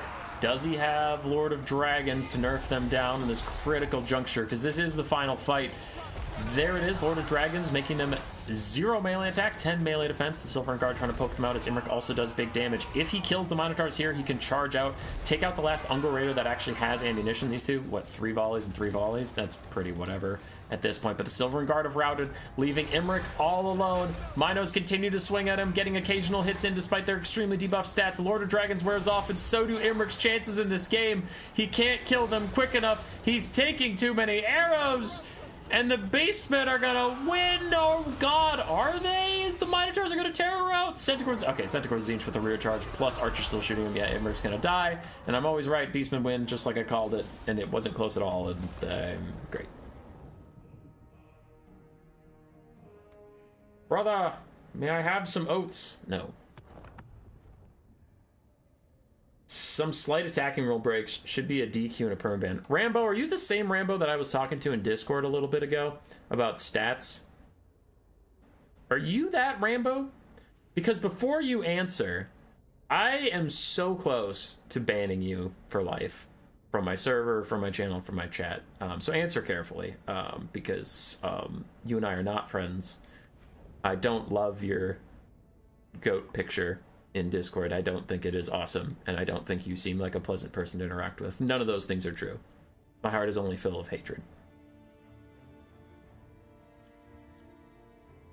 Answer wisely.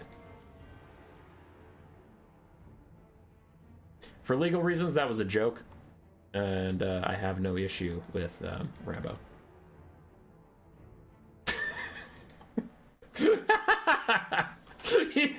There's a delay, but he's like, yeah, what the fuck? No, I'm just trolling, dude. I'm being a turd, as per usual. Oh. You seem like a delightful individual from our discussions.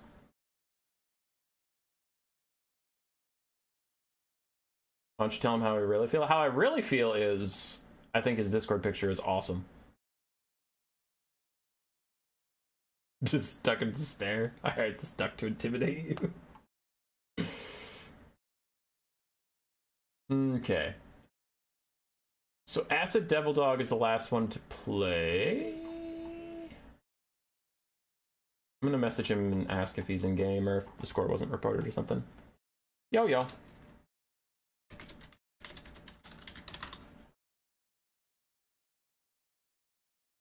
What was the question you were gonna ask? I don't remember.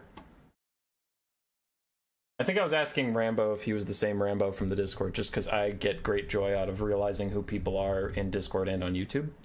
I like making that connection. So I have to do some tournament stuff. Accompany me. So the last game is getting played, but it's just starting now. Does that matter for play for the last thing? Nobody got a perfect 4-0.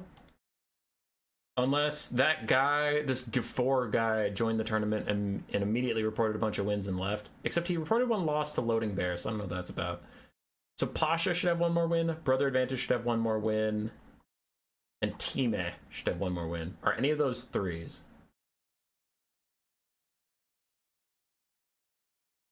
Time would be a 3. Shit, I literally just went through it. Who is it? Brother Advantus and Pasha. Pasha would be a 3. Brother Advantus would be a 2. Okay. So then nobody had a 4-0? Are you being real? No one had a 4-0. Pretty still bonnet, pretty still bonnet, pretty still bonnet. Oh my god, he lost to La Luna. What is this? So how much of a tie is that? Cheveo, Pratu, Yike and Arian, Steel Bonnet for 5 for La Luna, 6 for Time. Acid Devil Dog's still playing, so maybe 7. Pasha, 8. And then Brother Adventus was another one that got screwed out of a win. Who's the last one that got screwed out of a win? Pasha.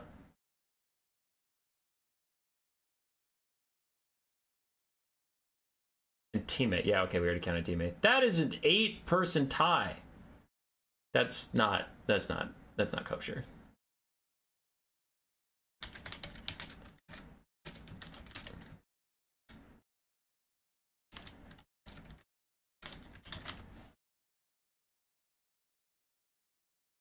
Okay.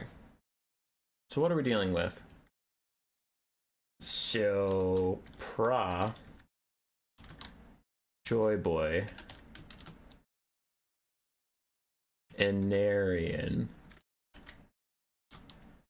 Bonnet, Luna, Time, Acid, Pasha,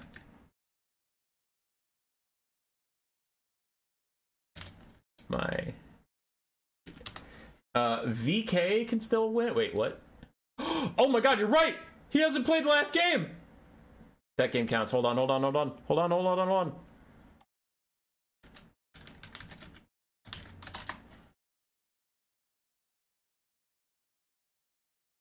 Everybody shush. Everybody shush. Shush your bodies.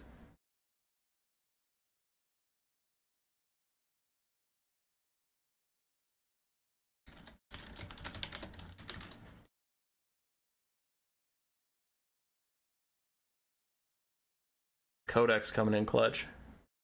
So the result of Acid Devil Dog and Anarian decides the whole tournament. Whether I have an 8-way tie, because that would bring Acidic Devil Dog up into the tie, because he would get 3 wins total. So it would make it an 8-way tie. But if Anarian wins, there's no tie, and he's the only one who got a perfect score. Oh, I want to see that game so bad now. But I think they just started, because I messaged Acidic Devil Dog 3 minutes ago and he said starting. I just messaged him and asked if he started already, because if he hasn't started already, we're spectating that 100%. That's fucking hype. No shade to anyone in the tournament at all, but as a tournament organizer, I am rooting so hard for Anarian. I don't want an 8-way tie. Fuck that. Anarian, please win. Just make my life so much easier and win that fucking game.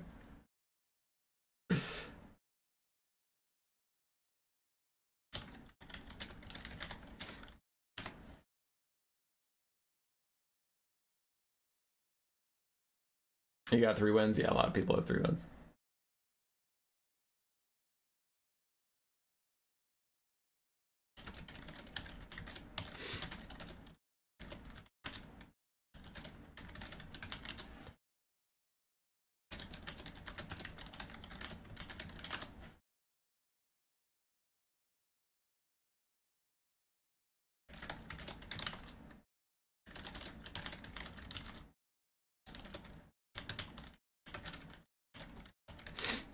I'm typing to Devil Dog right now. They just finished that game, so I want to cast it.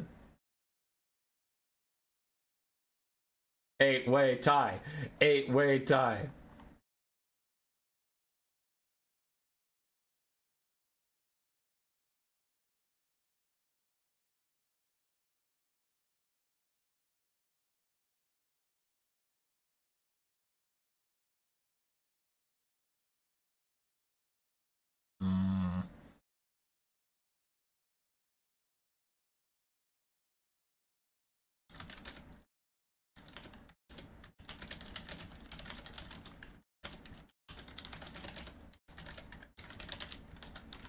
Okay, alright.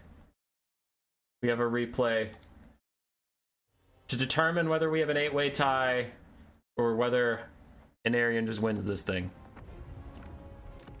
Let's do it. Acidic Devil Dog, the last hope of the free world, versus TK and Arian on the Beastmen. The last hope of Human Boy. 3 FFAs, top 2 from the first games, advance to the final FFA. Rambo has his GOAT picture! Yeah, Rambo! I don't know why it makes me so happy, but it does, and I'm just rolling with it.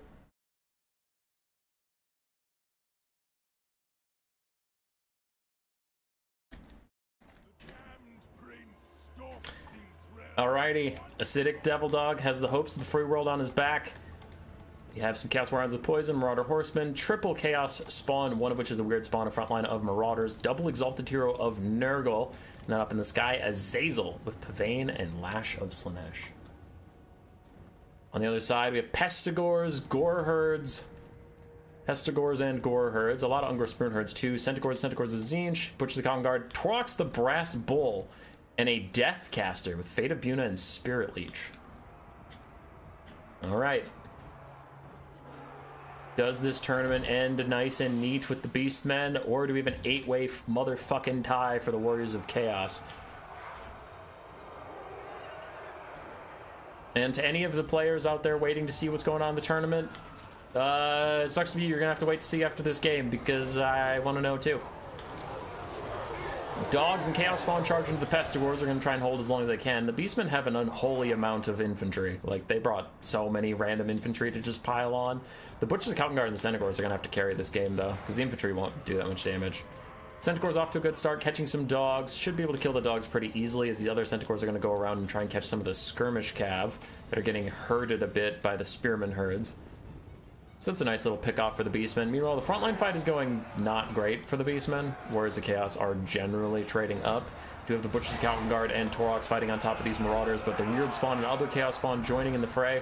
And Nurgle, of course, not Nurgle, Warriors of Chaos have a very strong Hero Hammer. 2 Exalted Heroes, Nurgle, and Hazel is nothing to fuck around with.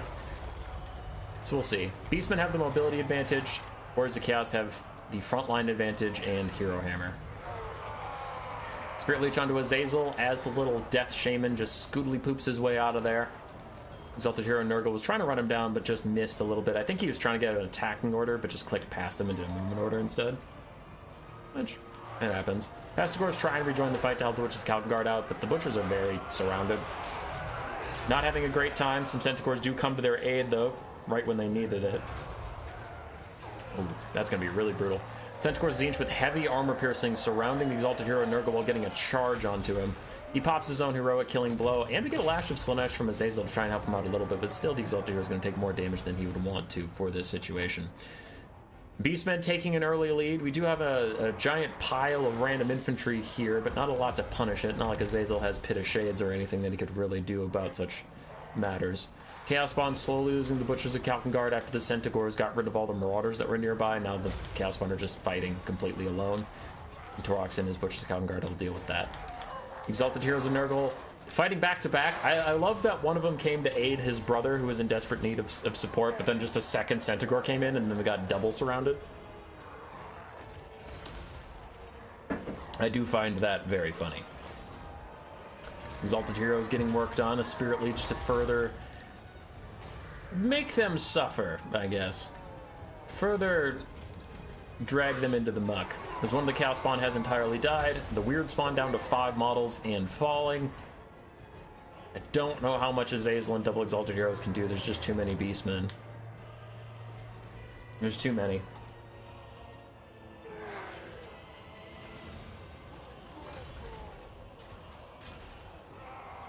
One Exalted Hero is routing. Beastmen should be able to chase him off. The other one is surrounded. Weird Spawn are about dead. Azazel is surrounded by randos. Who's doing the Valkia trailer now, Azazel? Who's doing the Valkia trailer now? As I lower my stream quality so it's not taxing my computer so much. Azazel throws out a quick lash to try and save himself. He does cause terror, which should be helping him in this mob a bit, but it's not going to matter too much as another Spirit Leech hits the other Exalted Hero Nurgle. Army losses is hitting, and TK's Anarian will take today's tournament. No 8-way tie for you people. Just Beastmen.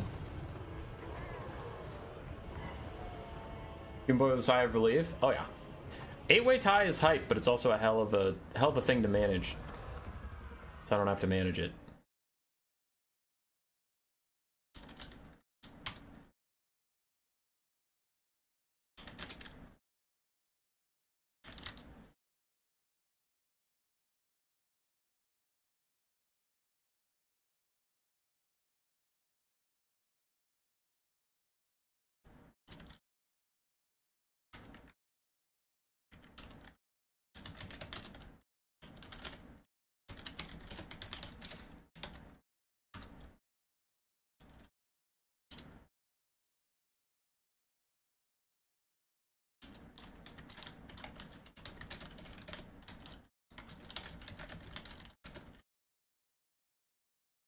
Sorry, I'm typing to the winner right now.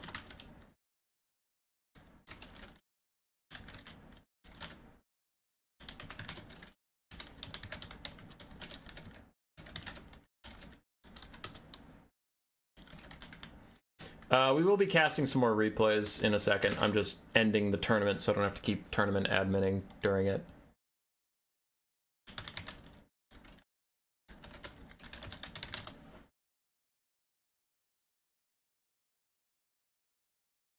Okay.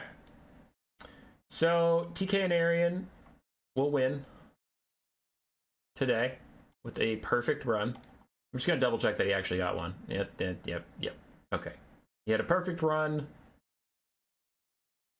And there is no shenanigans about the player who left giving him a free win or anything. He actually beat 4 players who were all here. So that is that.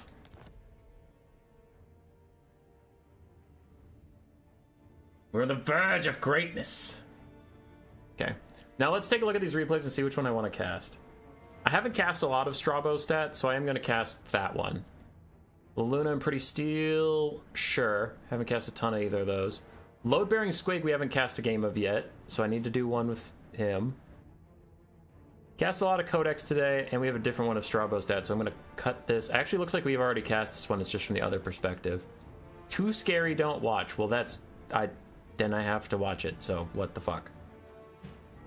Pratu didn't cast a lot of him. We already watched this one from Pratu, so we already did that.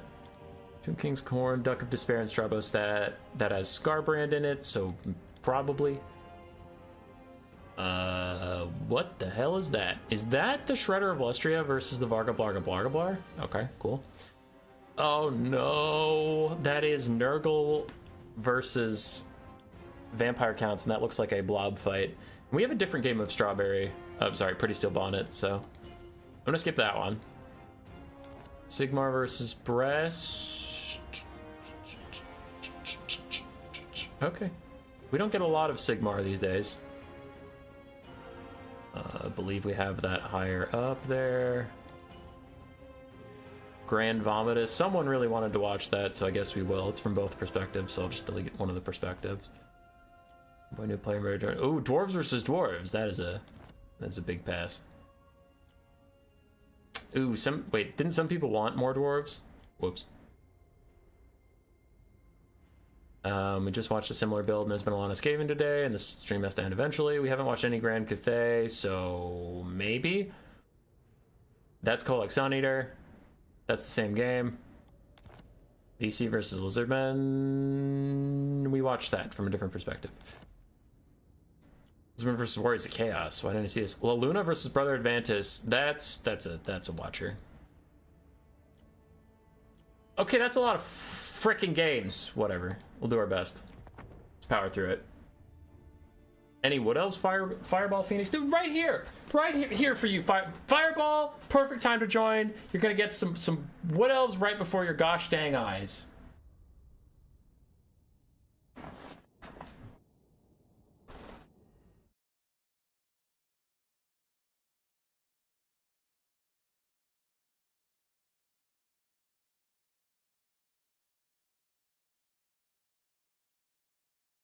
Oh, someone's asked me a question, so 1 second.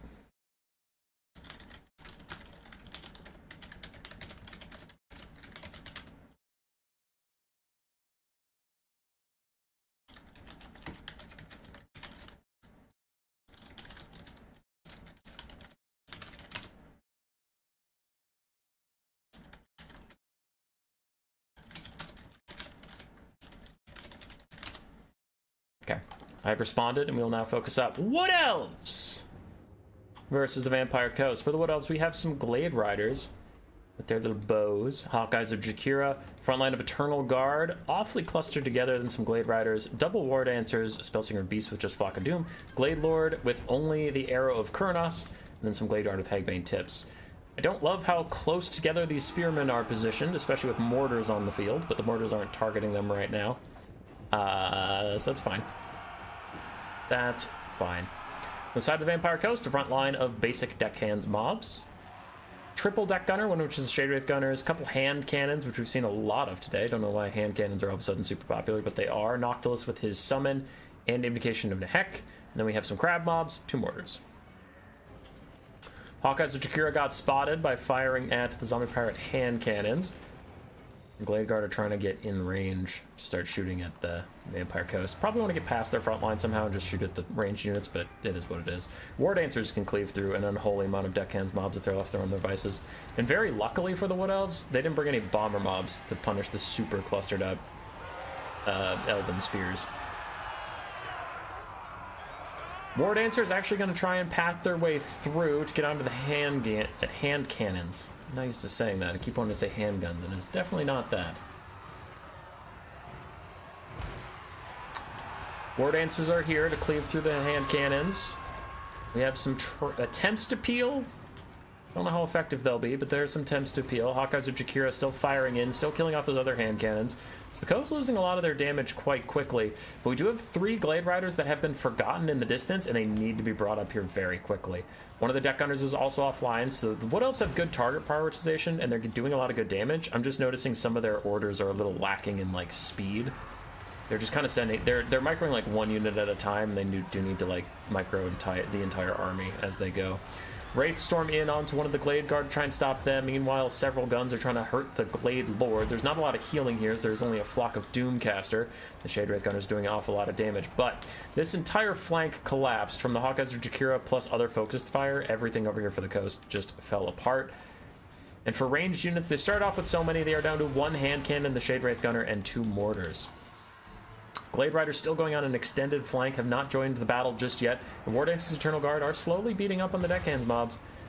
The Wood Elves are actually doing okay. Despite the micro mistakes, like, the bounce of power is slightly uneven, and their Lord has taken that much damage.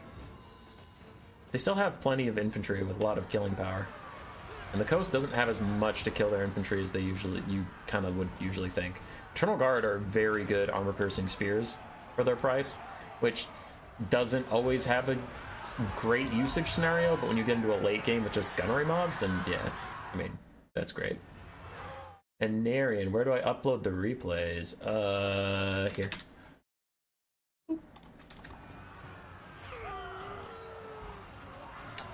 Winterheart Guard still fighting with these zombies. A nice big flock of doom as War Dancers try and dive the Shade Wraith Gunners and the hand cannon mobs.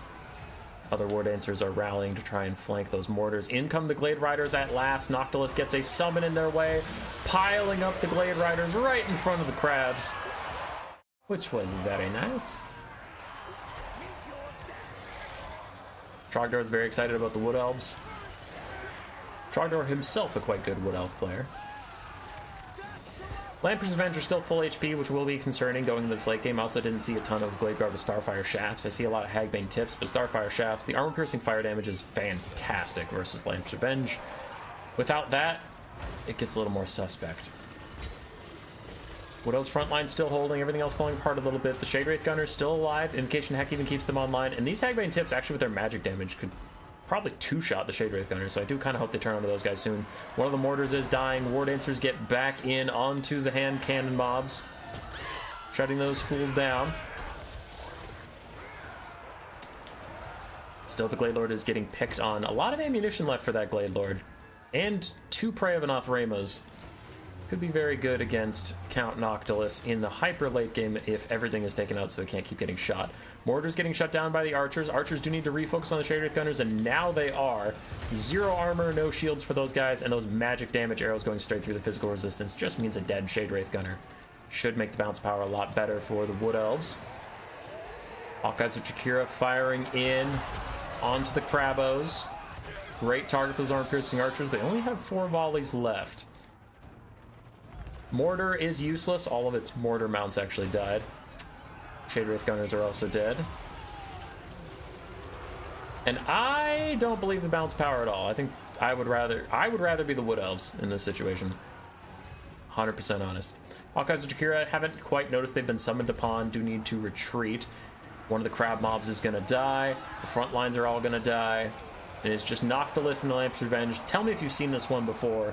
The Wood Elves just need to kite it out. Do need to Prey of Anathrema, those Lamper's Revenge, so they can't keep charging forward like this. Somebody, pray him. Pray him!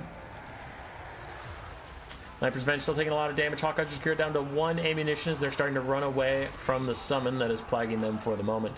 And this Lord lived, so she can just sit up there, 21 ammunition to fire downwards into Lamper's Revenge for the rest of the game.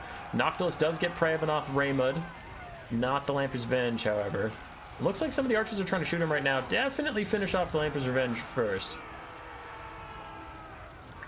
Should do that. Rotting Promethean's Gunnery Mob about to die. We have various summons around from Noctilus, but none of them are real. He has 1 Drowned Dead left, and no Moondials. There's only 1 more summon to come out max.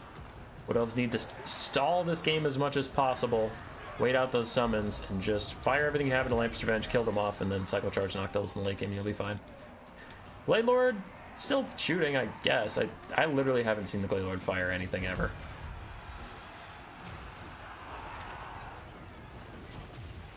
I feel like this unit is bugged. It just lost an ammunition. I didn't even see it shoot. So I don't know what that's about, but a Wraith Storm's about to hit it in the face. That's certainly not bugged. Okay.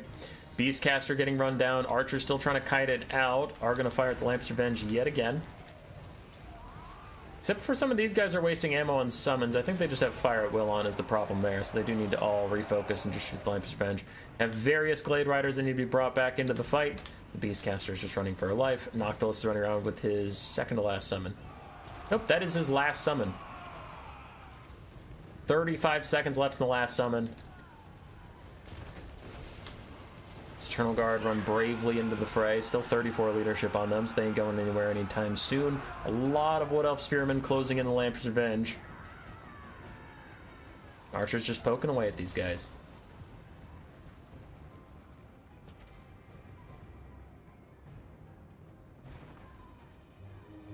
Gotta be cheesy and go 11 Archers versus VP. Vampire Coast 8 Archers, it's true. It's true, Rainbow.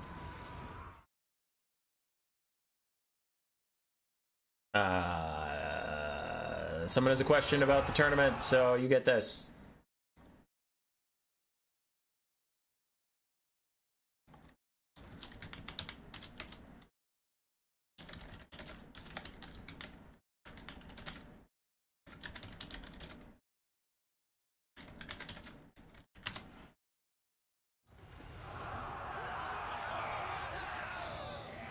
Yeah. Lamper's Revenge now in a pile of spears fighting next to Noctilus.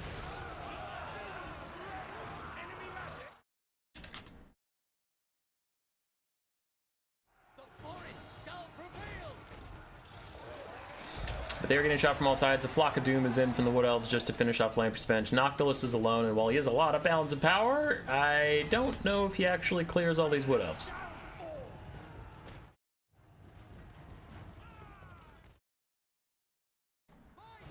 As I respond to messages for the last time.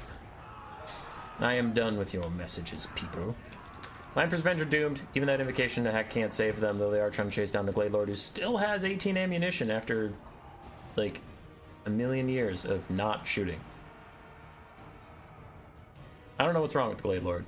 They can't fire. How about 11 and the Sisters as a ranged unit? Final offer. That's a good offer. I'd take that offer if I were you, Rambo.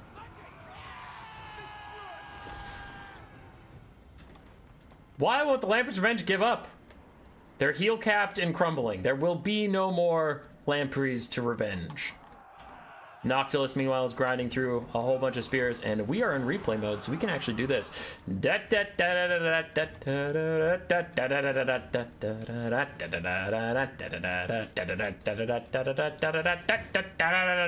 you just overcast Flock of Doom and route yourself?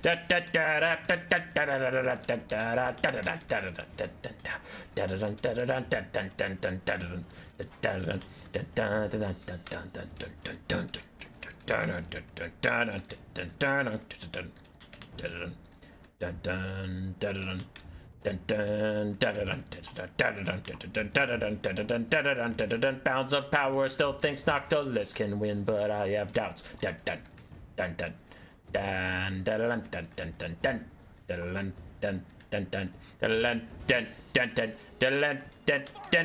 Seriously, balance of power, figure it out. He hasn't done any damage forever. He's just getting his ass slowly kicked. Just lose him. Just army lost this man. It's so done. Whew.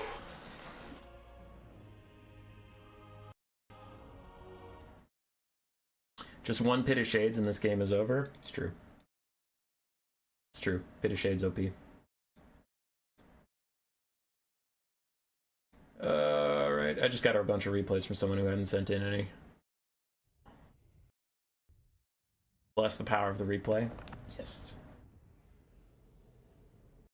Strabo stat. This is kind of high quality content you've been bringing. You won though, versus the Duck of Despair. That's a good win. Look at those Glade Guard values. Look at it all. Look at it all. Good win. Good game. I mean, it comes down to a grind fight, but like, before anybody gets, well, I don't know how mad you'd get, but some people are just like, oh, it's lame. Like, I mean, they're playing in a tournament. Noctilus had a decent shot of clearing that. So I don't blame Duck of Despair for fighting it out. Like, that was the responsible thing to do. It just doesn't make like super high octane content, so I was gonna fast forward it, but I don't begrudge him for fighting it out. Anyway, those two replays we have somewhere else, so I just deleted them here. This one, skip. Okay, Khorne Lizards. This is Pretty Steel Bonnet and La Luna. Sure. I'll allow it.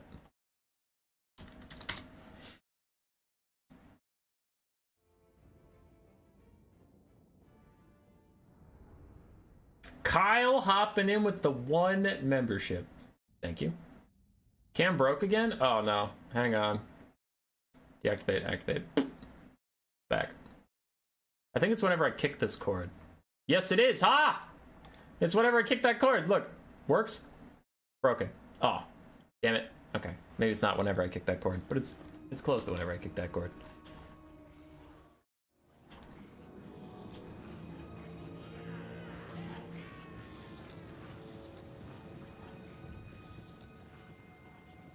Kyle's always giving out the memberships.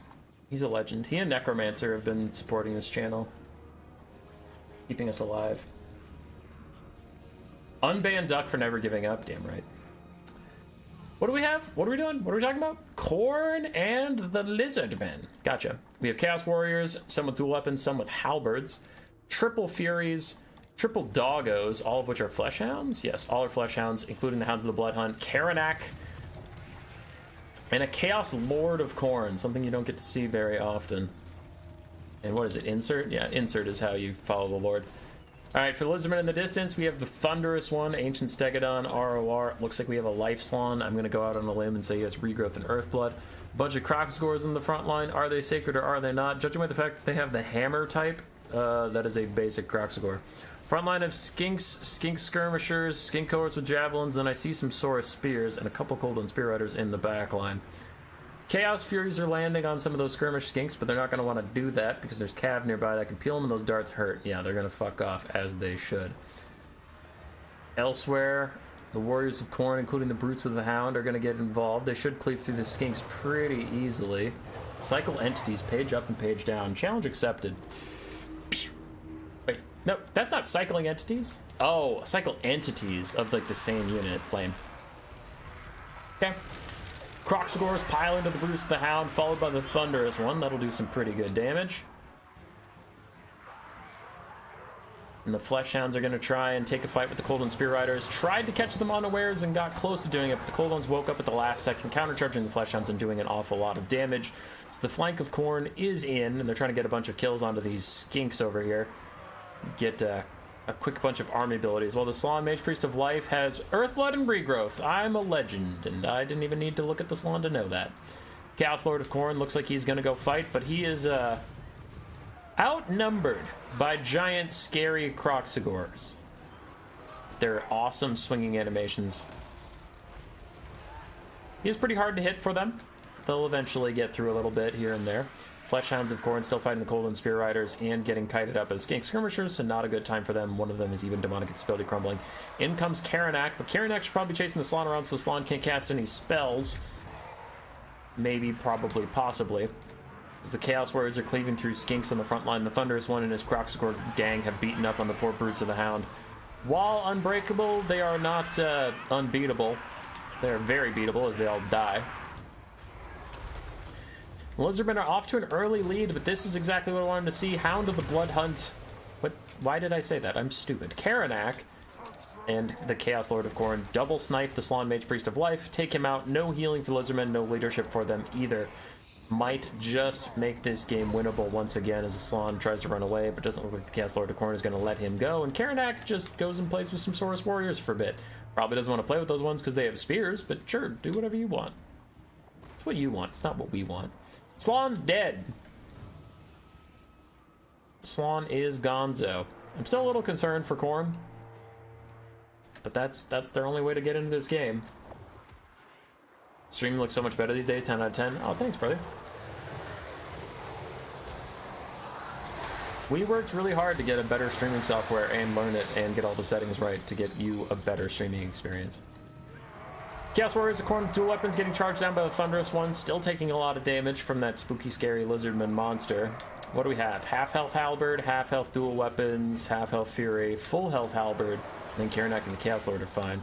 On the other side, it is a bunch of Saurus Spears, Croc Scores, a Thunderous One, and the Golden Spear Riders. So still a lot of very potent, elite Saurus-type units that don't need no Slan to have leadership. Chaos Lord of Khorne is now surrounded by various units of spears. That's a bad time. As I hear someone bumping around the house, I need to check to see if my wife is home, or if I should be concerned I'm about to be murdered.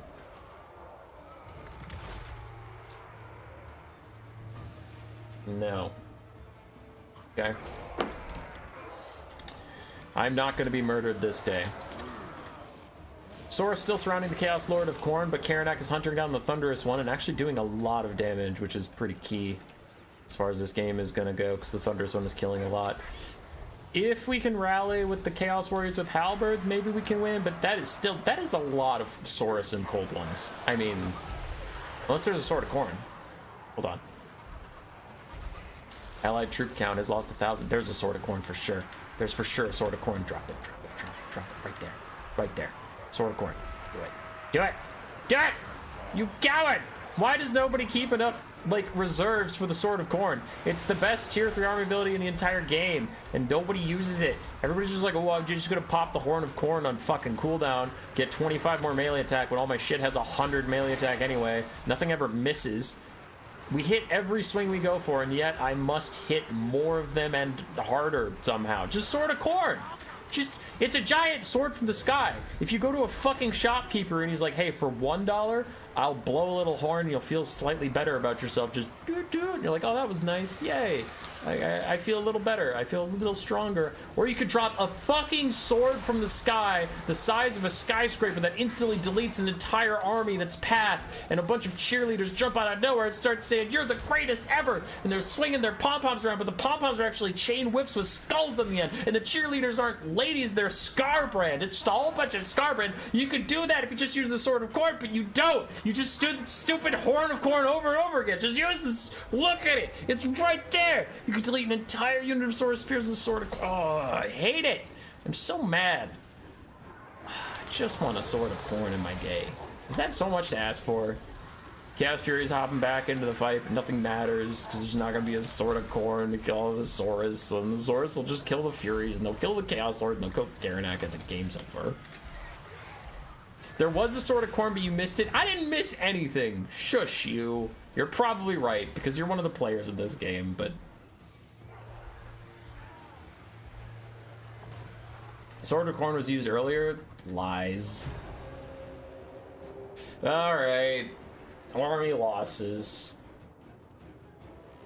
Guess we just lose, because there was no Sword of Khorne. You can't prove it otherwise.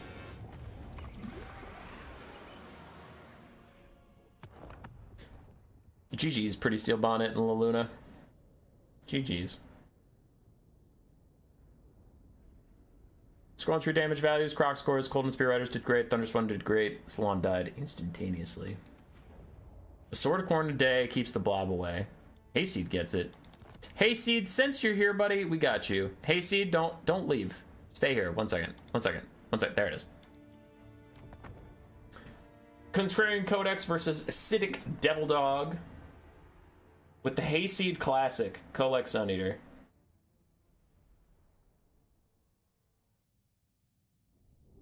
If there was a Sword of Khorne, Chaos would have won. Prove me wrong. Greven, see? See? Greven gets it. I don't know I know what else gets it, but Greven gets it. So Hayseed, I mean Contrarian Codex, bring in his classic Kolek Suneater, because this is Hayseed. Fleshy Abundance on the Nurgle caster. Triple Armored Chaos Trolls. 2 Chosen... Ooh, no. 2 Chosen with Halberds regular, then a Chosen of Tzeentch with Halberds. Front line of Marauders, and that is it. For the forces of Khorne, bunch of Marauder Horsemen with Throwing Axes, Chaos Warhounds, a front line of Marauders, 2 Bloodletters backing them up, Minotaurs with great weapons. We have Karanak, and we have Valkia the Bloody. Taking Warriors of Chaos for the first time ever. If Kolek wins this, it would be impressive. Hayseed always wins, so maybe don't root against him. Kolek hopping in, never mind, he's out. He thought about it. He thought about charging it, and then he didn't want it anymore. And now he gets netted. Prey of the Blood God.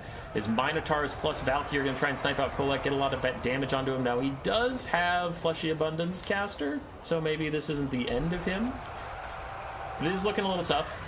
Fleshy Abundance is cast immediately. Try and save him. Was it all a bait? Kolek now fighting on top of his own support. Is missing a lot of attacks, which is not great. Oh, Kolek. Alright.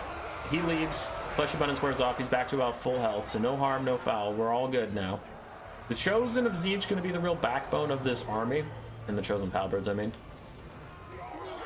Don't know how much Khorne really has to deal with those guys.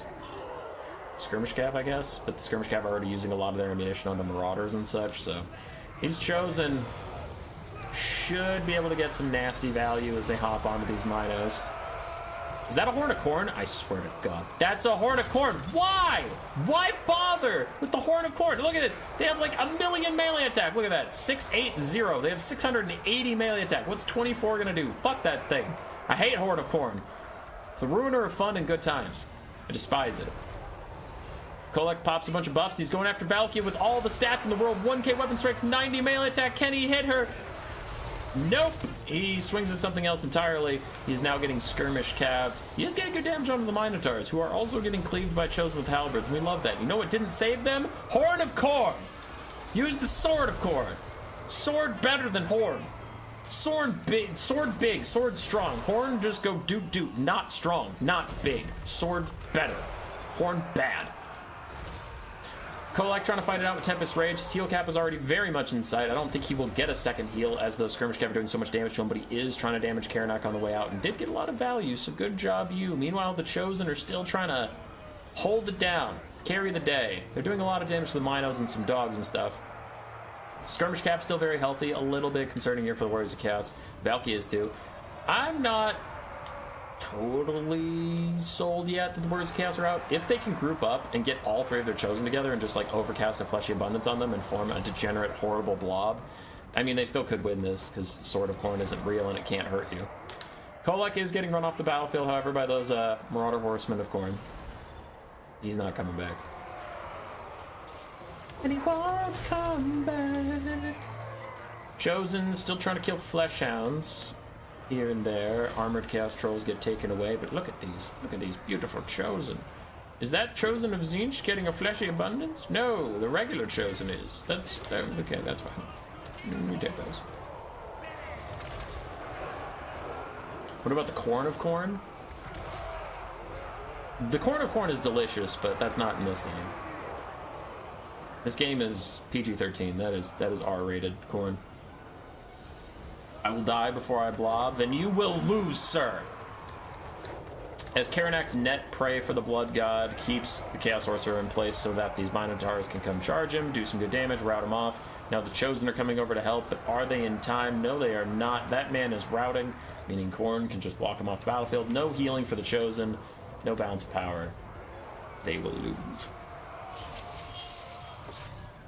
It has been decreed. That Spear of Sleipnir sent more of a message than actually did any damage. Huh, another game without a Sword of Khorne, another Khorne loss. Coincidence? Good win from Contrarian Codex. Slapped the shit out of Acidic Devil Dog. It's fucked up. One Sword of Khorne would have won Khorne that game, but whatever. They don't want to win. Can't force him to win. Does this game have a Sword of Khorne? Let's find out. The Khorne of Khorne is the Stargate later seasons. They have an entire episode centered around Red Khorne. Nolan, son of Cain versus Duck of Despair. I am full of despair. Acidic Devil Dog? No, you didn't. You didn't win. The replay's deleted. You can't possibly hit rewind on this stream. No one can prove it. As I've pointed out in several new player tournaments, it's a new player tournament. We're pretty chill about the rules. Just saying the rules out loud so everybody knows. This Grand Cathay force is deployed too close to the white line, so it's very difficult for Khorne to get around the sides. Why the white line rule exists is if you look at the actual map, there's plenty of open space here. Khorne could flank you, but because of arbitrary map design, for some reason, if these dogs cross that line, they instantly disappear. So just a heads up for the Grand Cathay player for next time. Again, not a big deal. It's a new player tournament. We're pretty chill, but you do need to deploy a bit further away from the white line so your opponent can get around you if they choose to do so. Fire and Rocket instantly attacked by the Chaos Furies of Khorne that were put in the Vanguard. But before those die, I guess we should go through. There was a Fire and Rocket, 2 Crane Gunners, some Jade Lancers, Iron Hail Gunners, a bunch of Jade Warriors, and Peasant Long Spearmen for Grand Cathay. We have Zhao Ming the Iron Dragon with Justice Breath Attack. On the other side for Khorne, we have Chaos Furies, 2 of them, 2 Chaos Warhounds, Scarbrand, Karanak, another Fury, and then a bunch of Marauders with dual weapons and Bloodletters of Khorne. Scarbrand always cracks me up with his Pikachu face. Yeah, Scarbrand's funny. He's probably my favorite Khorne Lord. Like, not gameplay-wise, but just his looks and his animations. His animations are beautiful. Like when he ran up and just kicked him. Nice AoE rampage in from him to make sure the Iron Hail Gunners can't shoot him for a while, though there's no follow-up. Khorne is overextending a little bit, charging in before the front lines have engaged. So Scarbrand might be soloed out in a little bit. Fury's still trying to take out the Crane Gunners and both sides doing a little bit of damage. Iron Hail Gunners got drawn in by the Rampage. Can they back out? And can Scarbrand back out? Because he's currently fighting on 2 Peasant Long Spears, which Peasant Long Spears are the best infantry... What is that? Chaff Spear? Yes, they're the best Chaff Spear in the entire game, so they can get a lot of value out onto him. Crane Gunners and Iron Hails trying to reform lines and deal with Karanak, Scarbrand. They're the same. They look pretty much the same. Karanak dove the Crane Gunners to stop them, and now Jade Lancers surround him, poke him occasionally while he roars. If a Karanak roars in the middle of Jade Lancers, but no one's around to hear it, did he survive the encounter? Zhao Ming's also trying to snipe him out, getting some decent damage, but there are the Flesh Hound summons. Chaos Warhounds of Khorne also charging the Iron Hail Gunners, and overall, Khorne, a couple of hiccups here and there, but it looks like they're getting in there. It looks like they're doing good. Fury's going after the Iron Hail Gunners instead of the Crane Gunners. I do like that decision. Crane Gunners are annoying and stuff, but the Iron Hail Gunners can do way more DPS at close range. Crane Gunners still do decent amount, but like both were good options.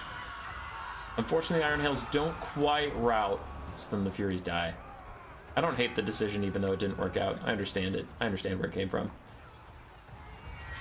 So Karanak is still trying to duel a little bit with Zhao Ming as his Fleshhound summon opts out of the battle. Should definitely get back in there. It's a summon, so you just kind of want to get damage out with it. Ah! He pulled it back to go charge the Crane Gunners instead. Never mind. I like this. That is fine.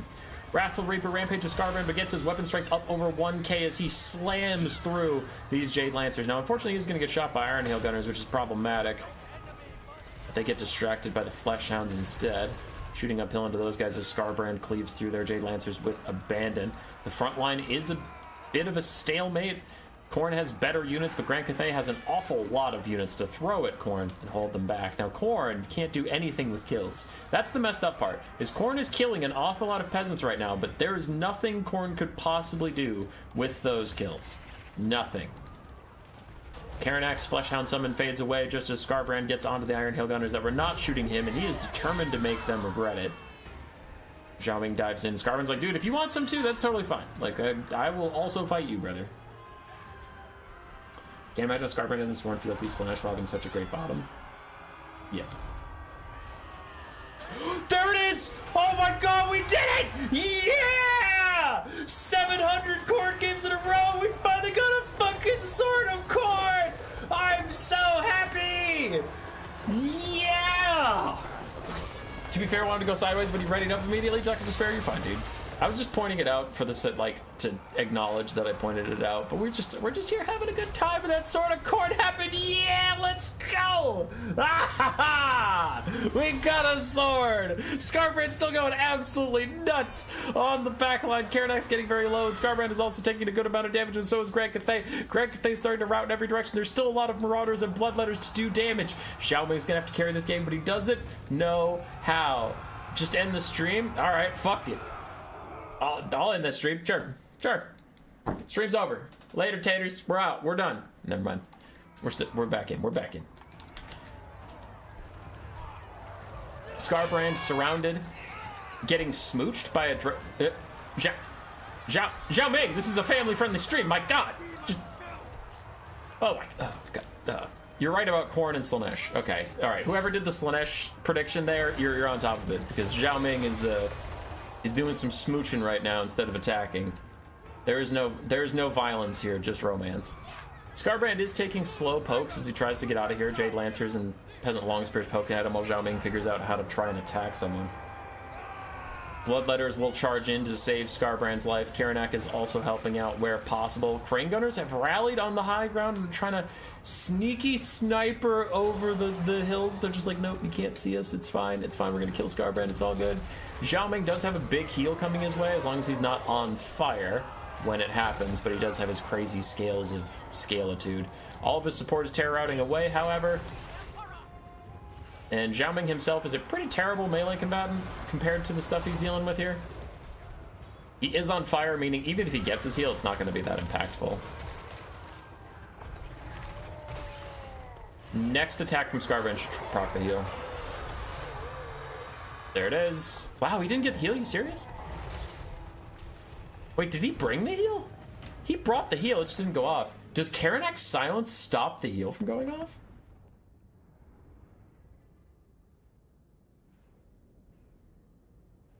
This stream is rated N for no one after an ancient dragon started kissing a literal demon. Yeah, that was messed up. Good game from Duck of Despair and Nolan Son of Cain. I don't know how Zhao Ming, like, T-posed and couldn't swing that entire time. He got the heal? Oh, he got the heal and he was instantly punked? Alright. I must have missed it. Yes, the fire damage cutting it in half does nerf it quite a lot. Jade Lancer's got a lot of value, though. It was a good game. It was a good game, lads. GG's. Got a Sword of Khorne. So happy. Wasn't there a crazy game? Too Scary, Don't Watch. Wasn't there... I thought there was one where, like, there was a Dread Saurian versus, like, the Bloodbrute Behemoth or something. Yeah, this one. Corvus Glade versus Codex. That seems silly. How are the Lizardmen not just hard countered right here? This looks like Khorne instantly wins it. We watched a lot of Khorne, though, so let's take a brief break and watch some Grand Vomitus. Joy Boy versus Marilize Liga Juana.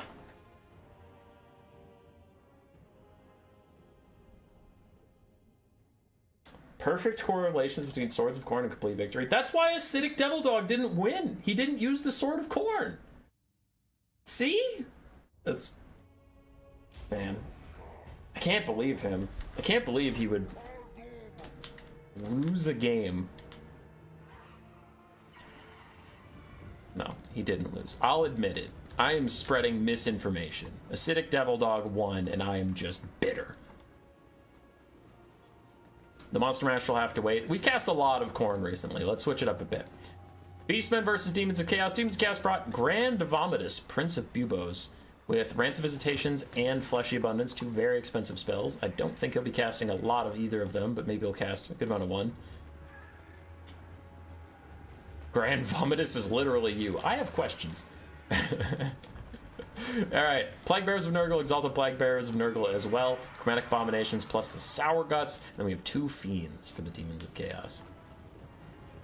On the other side, Zongors, Ungor Raiders, Ungor Spearman Herds, 4 Furies, Malagor with Flock of Doom and Doom and Darkness.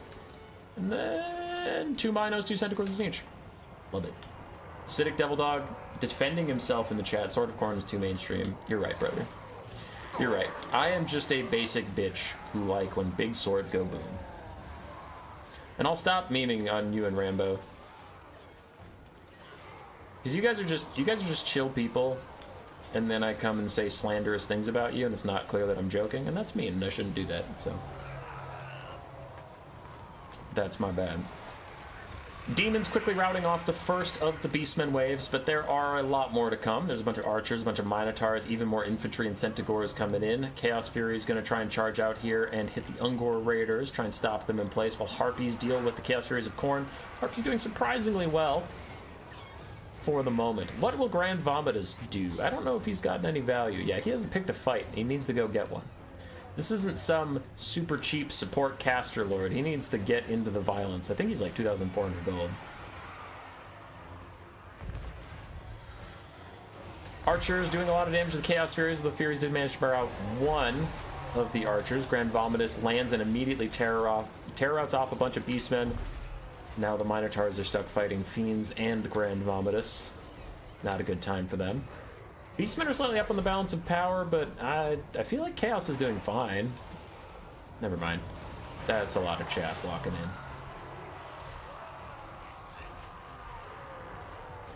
Consider me mildly concerned. Fiends running away from the Minotaurs want nothing to do with that. Meanwhile, the Beastmen hordes continue to just walk slowly into the Demons of Chaos. Flock of Doom overcast, damaging multiple Plague Bearers while the Centaurs of Zinch charge in. Should probably back off before their barrier wears off. Fighting Plague Bearers isn't exactly what they want to be doing. And where is Grand Vomitus? What is he doing to avert the disaster of his minions? Looks like he's trying to help the Fiends of Slaanesh against Minos.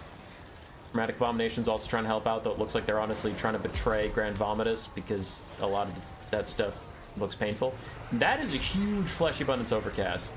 Yes, it is. Hits the Sour Guts, hits both Fiends, and then Vomitus. He didn't need it, but like both Fiends getting that huge heal is actually big. Big if true. Bounce power is about 50-50. I would agree. Beastmen still have a lot of archers online, which is nice. And that's clutch. But they've taken damage in several places. Like these Fiends are about to clean up the Centaurs of Zinch and some Harpies. And Vomitus, of course, is still fine. Sour Guts and the Chromatic Abominations, a lot of ammunition left to shoot. Plenty of HP with which to do it. Now they just need more space. Vomitus is going to try and peel off these Ungor Spearman herds while the Sour Guts find something to do. I don't know who they're shooting at right now. Another Flock of Doom is out onto multiple Demons of Chaos units while Malagor just flies overhead. I haven't seen any Doom and Darknesses from him yet, but that can be potent if you get someone's leadership low enough. You can just slam it on them and then they're demonic, so they'll die.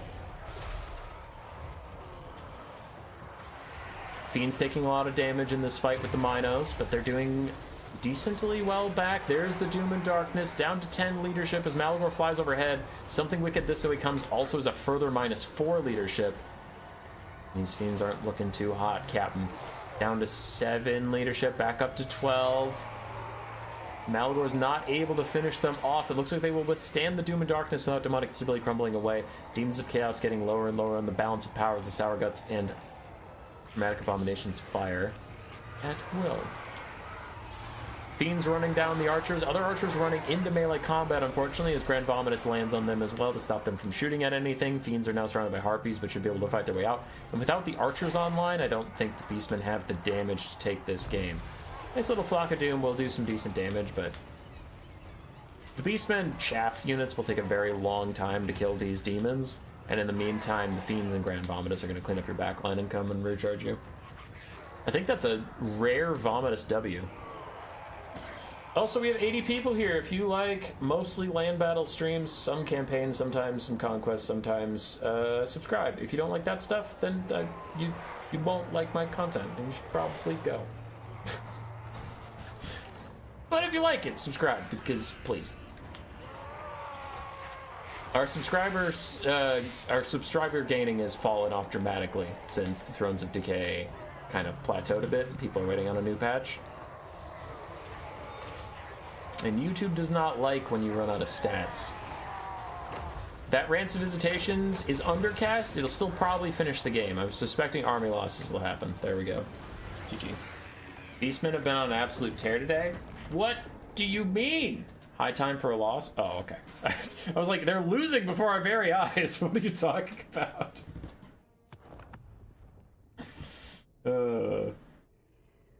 Yeah. This would be a good time for me to turn on subscribers only mode, so only subscribers can type force people into subscription. That sucks, because I know it's like objectively a smart move, but I don't want to do it, because I personally hate when I jump in on a stream and it's subscribers only. It's like, oh, it's too much commitment. I just wanted to say hi. So I get it, but also it would be smart. Fiend's got good value. Vomitus got good value. That huge fleshy abundance overcast was amazing.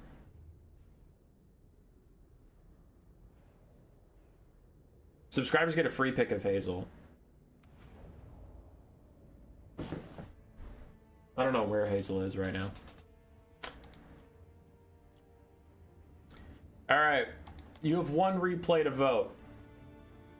Hey, a raid from Tactical Lich? What up, Lich? Did he do that? Oh, Lich raided me. What up, dude?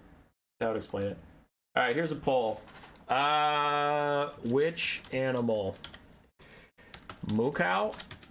Hazel basil. After this next replay, I will get one of the animals on camera. Which one? You vote. Just do it, you coward. Hey, Kyle. That's another Grand Vomitus? No, that's Village the Curseling, and Vomitus really wanted to be on screen. Okay. This one's curious, so we're gonna see what this is about. Top Hat the Memer with his full Sigmar build versus TK and Arian's Beastmen. Cow? Moo Cow is my cat. Subscribers only and alienates future potential subscribers is actually done. Yay! A reason for me not to turn it on, because I've been very clear. I hate when subscribers only is on, but I also couldn't justify a reason not to have it. I don't think I've seen Moo Cow before. Well, then vote for Moo Cow. Sigmar bless this ravaged box.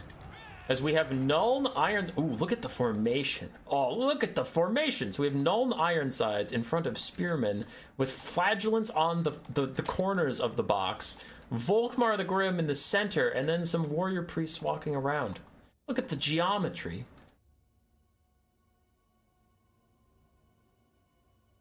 Screw Necrosphinx, Wolfrat all the way. Alright, for the Beastmen, we have a much more standard build than whatever the Empire brought here.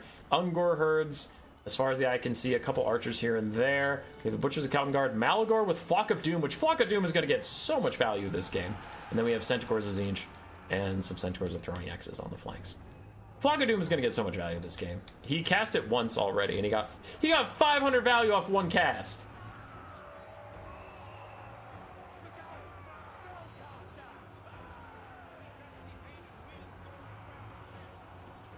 Sabrus Regnum / Gotrek Starbreaker / Meta Knight, whatever he calls himself these days somewhere, is weeping tears of joy.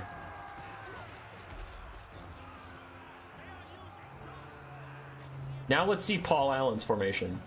Yes! That's a good reference, Miguel. That's from Canadian Rational Man. Depends on what the cat's doing. Dogs don't mind. Cats want to be left alone if they're doing stuff like sleeping, grooming, looking at the floor. My cat's generally fine being picked up. First wave of the Beastmen is repulsed. Meanwhile, the Sons of Sigmar turn their ire upon those that dare shoot at them with guns. Another Flock of Doom is out. Malagor, how much value do you have right now?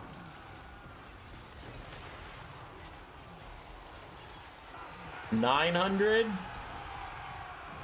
1,000 damage value off of 2 Flock of Dooms.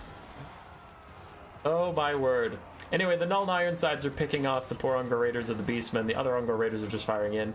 And the Beastmen are really not wanting to take a melee fight right now, which might be to their detriment. I mean, they are trying to outshoot 4 Nuln Ironsides. Some flagellants overextend, however, and that could be a bad situation for them. Currently, they're getting throwing axed in the chops, but they actually could be getting cycle charge right now. You don't have to use your ammo on them. Furies dive in a little bit to stop the Null Ironsides from counter-firing the archers so much and shooting into the sides of these Ungor herds. Malagor is winding up another Flock of Doom right here.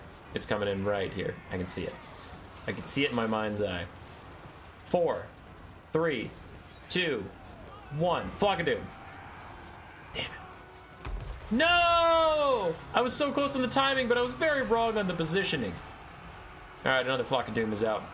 Centaurs continue to throw axes in, and flagellants with a warrior priest supporting them. Beat up on poor Ungor herds. Hi, Hazel. Butcher's Gown Guard haven't had to move up yet. Neither has Malagor as Volkmar rides out to say hello. Hazel is romping about, making jingle jangle noises. Hazel, baby girl, what you doing? Null and Ironsides run away from the Harpies that are vexing them. Spearman shields will have to try and cover their backs. These other Null and Ironsides still in formation. This side of the fortress has not been sieged, and Harpies land directly on them. Centaurs charge downhill, sweep upon the Null and Ironsides like a rampant tide. Meanwhile, Centaurs are throwing axes, staying too long in melee combat and taking a lot of extra damage they don't need to. Flagellants in the distance about dead. And where are the further Flock of Dooms from Malagor? They are needed. Do you have a Soulfire Bombardment? Because that's a good spot for a Soulfire Bombardment. There's a nice one. Good Soulfire over there. Volkmar must have used it already.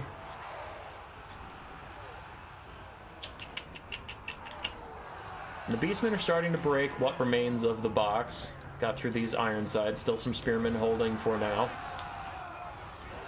Other Ironsides running away from the Centaurs who are charging in. There's a big Flock of Doom overcast right on top of all these flagellants, but followed up by a Soulfire Bombardment from Volkmar that actually does a lot of damage to those Ungor herds.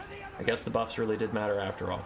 Malagor has achieved about 1900 value from his Flock of Dooming. Butcher's the Gown Guard trying to snipe out one of the warrior priests. Other warrior priests buffing up the flagellants to try and keep them in this fight. Hammer of Sigmar giving them 66 melee attack. Shield of Faith giving them some damage resistance, while Ungor Spearmen get pelted by another Soulfire Bombardment. But probably too much is routed. Memes and silliness aside, like actual tactical analysis, we're pretty much down to Volkmar and 2 warrior priests, which don't carry very hard, especially against the Butcher's Gown Guard. Hummus more accurate than the Seers of Antiquity confirmed. Yup. I was close. Look at this warrior priest. He's on a casting couch. If you don't get that reference, back in 2001, there were haha funny jokes, and I'm still using them. So that warrior priest is probably doomed. This one's doing okay, and Volkmar's doing okay. We still have a full health Centaur of Tzeentch. And what I'm predicting will happen is when Volkmar's eventually alone, those Centaurs of Tzeentch are going to surround him, and he's going to go from like 3/4 HP down to dead.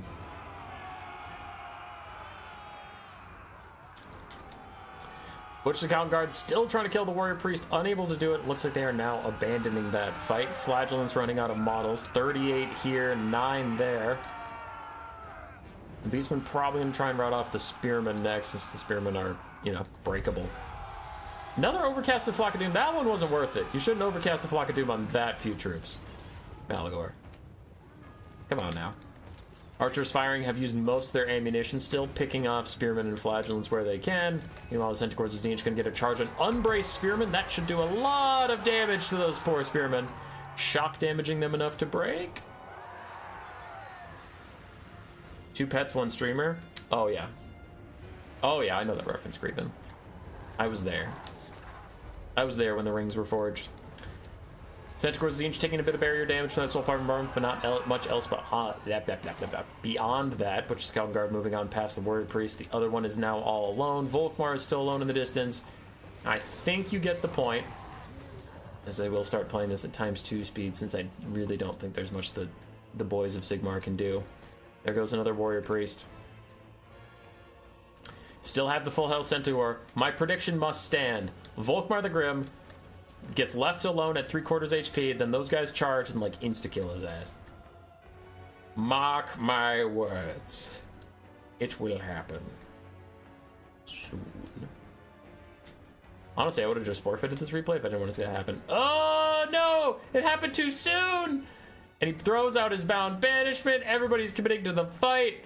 Army losses would hit, but they're all unbreakable. The Butchers of Kalkengard are gonna slowly whittle this one out as there's more Centaurs ready nearby, but they tried to catch him out before everybody was dead. I like the Chad Doom and Darkness on an unbreakable foe. That is next level BM. Where were you when Ostermark fell? Where was Gondor? Ostermark fell. Where was Gondor? I like how, like, Theoden in the movie just kind of trails off into nothingness. It's like, where was Gondor when Westfell fell? Where was Gondor when they were burning our cities? Where's Gondor? Ah, fuck it, let's go help him. Alright, it was a Chad build from Tapat. Very meme, very silly. Not very good. No, Ironsides suck.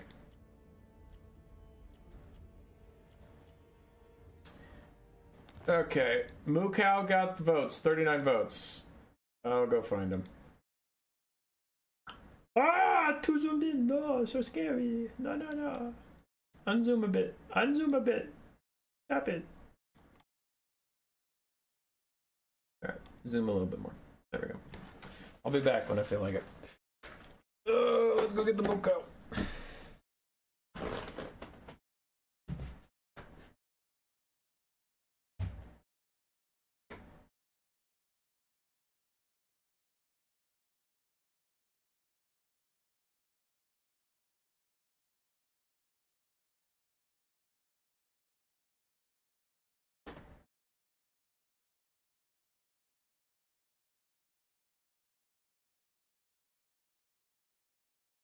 Here he is.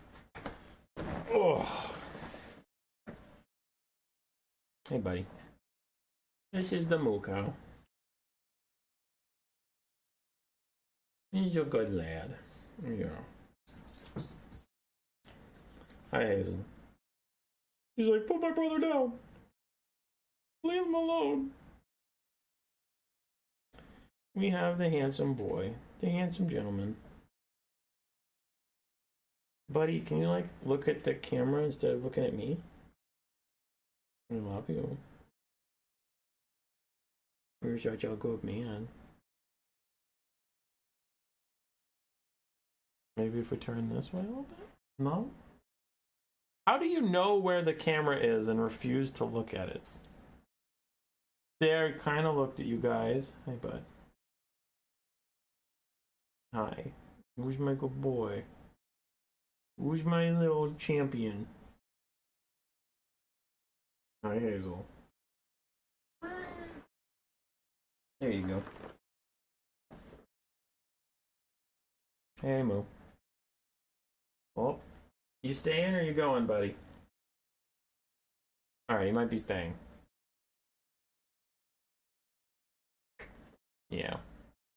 We have the Mookow. If I touch this, will it break? No, there he is. Buddy. Yeah. You love the Mookow. Look over there. Dog. He's just like, Dad, I wanna be up there. Hazel's a little jealous at times.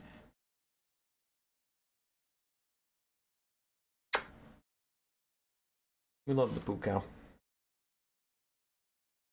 Okay. Let's do this. Yeah, okay. You still want pets. Mookow, Mookow, Mr. Magoo.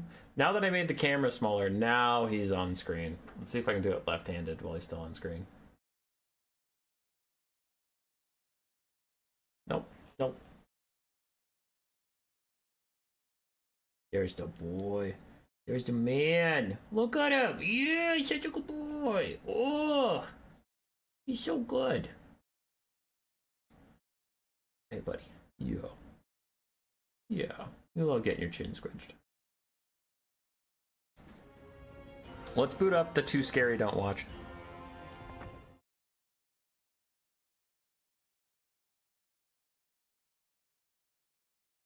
Pratu on the Vampire Chaos versus Nolan, Son of Cain. I was told this is too scary. I was told not to watch, and then I did anyway. He just brings out a giant rat.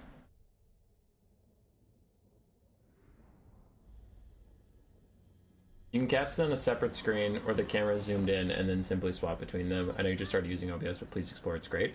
Steel Studio, I will continue to explore. I will. It's very new to me, and I haven't had a ton of time to play around with it, unfortunately.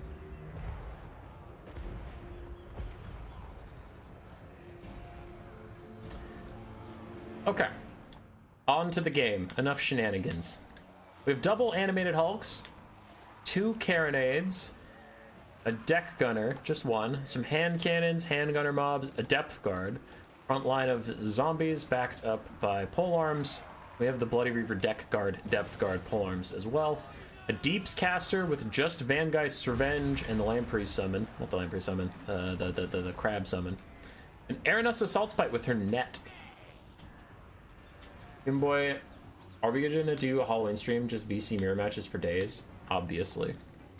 Obviously, that's what's happening. The other side for Lizardmen, we have 5 skink cohorts of javelins, a bunch of skink skirmishers, we have the Star Chamber Guardians, a Life Slan with Regrowth and Awakening of the Wood, the Shredder of Lustria, all beneath a Quaddles. They're all currently hidden. And then we do have 1 Pterodon Rider in the distance. Shredder of Lustria is probably going to walk into his imminent death, because if these hand cannons turn towards him, he is dead. He is the most dead I've ever seen anything. The hand cannons are not turning in time, however. He will get into the formation. Hand cannons trying to reposition now, but they're too late. Oh, fuck. He just got netted. Avert your eyes, children. Avert your eyes! Oh, the damage! Oh my god, it hurts so much. Oh, it hurts so much. Oh, he's dying. Oh, he is dying. No! No! Goodbye, Shredder. Hey, Rapper, what are your thoughts on Chaos Wars and land battles? I've been struggling to learn, not really sure how to fight an enemy with artillery. Yeah, you can ask Bahrain if you see him in our Discord. He plays a lot of them, but it's pretty heavily reliant on single entities right now. The Iron Demon ROR is quite strong. The casters, the hero and the Lord casters on their giant Bale Taurus mounts are also pretty strong. It's a lot of single entity cycle charging and abuse to try and win at the moment. Bull Centaurinders are okay. Hobgoblin Wolf Raiders are okay. A lot of their infantry is a little underwhelming, but yeah, it's tough. Shiggy Diggy's here. Yeah, Shiggy Diggy plays them a lot more than me, Shetland. What did I just witness? It's too scary, don't watch. Aranessa netted the Shredder got shot, and it died. On to our next Monster Mash.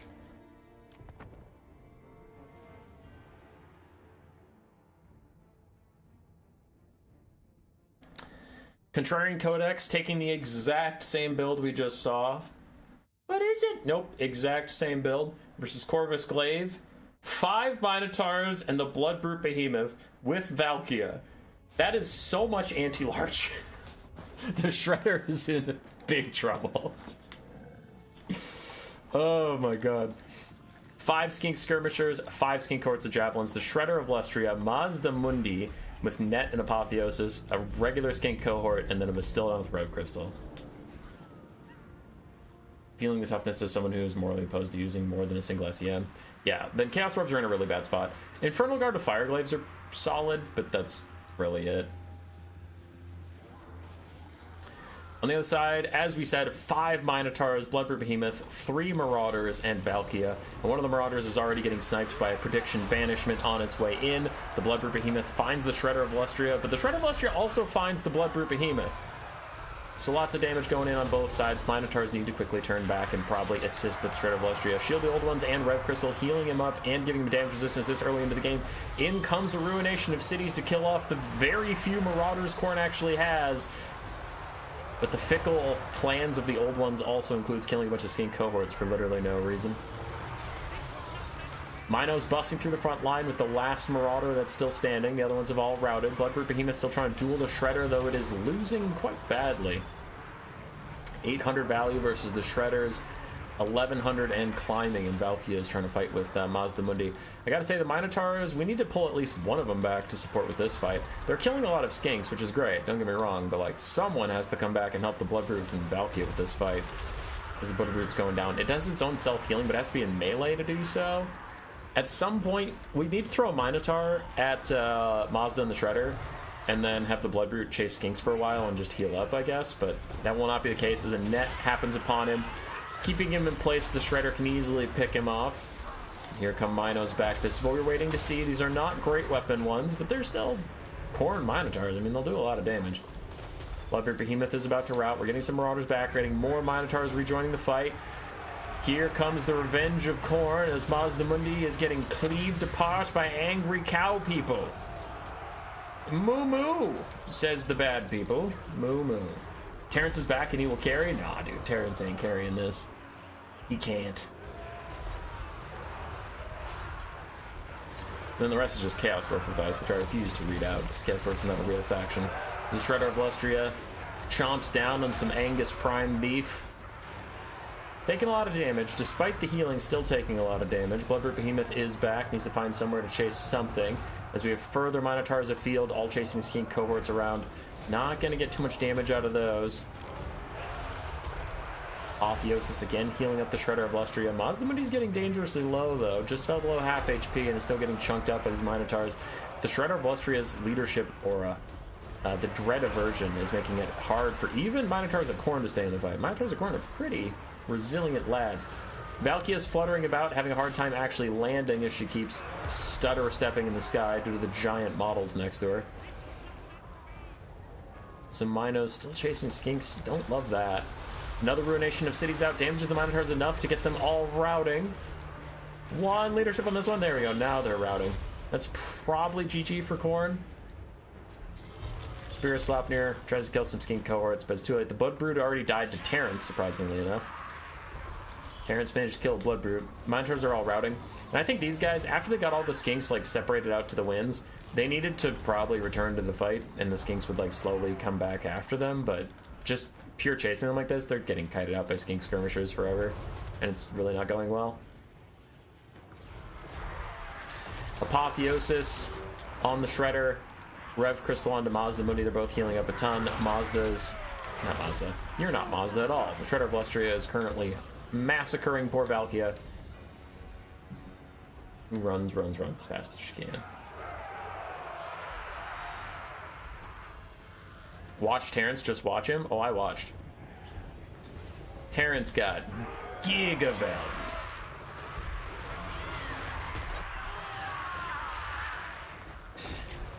Terrence is the dino, the myth, the legend.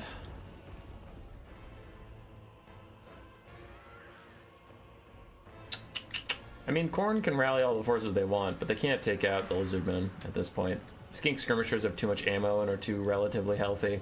Army loss is taking hold now, and yeah, I agree. Overextended for the skinks.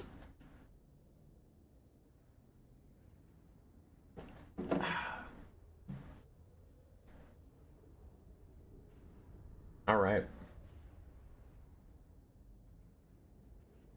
Shredder with 3,700 value. Valkia did okay. Minos did fine. But not enough.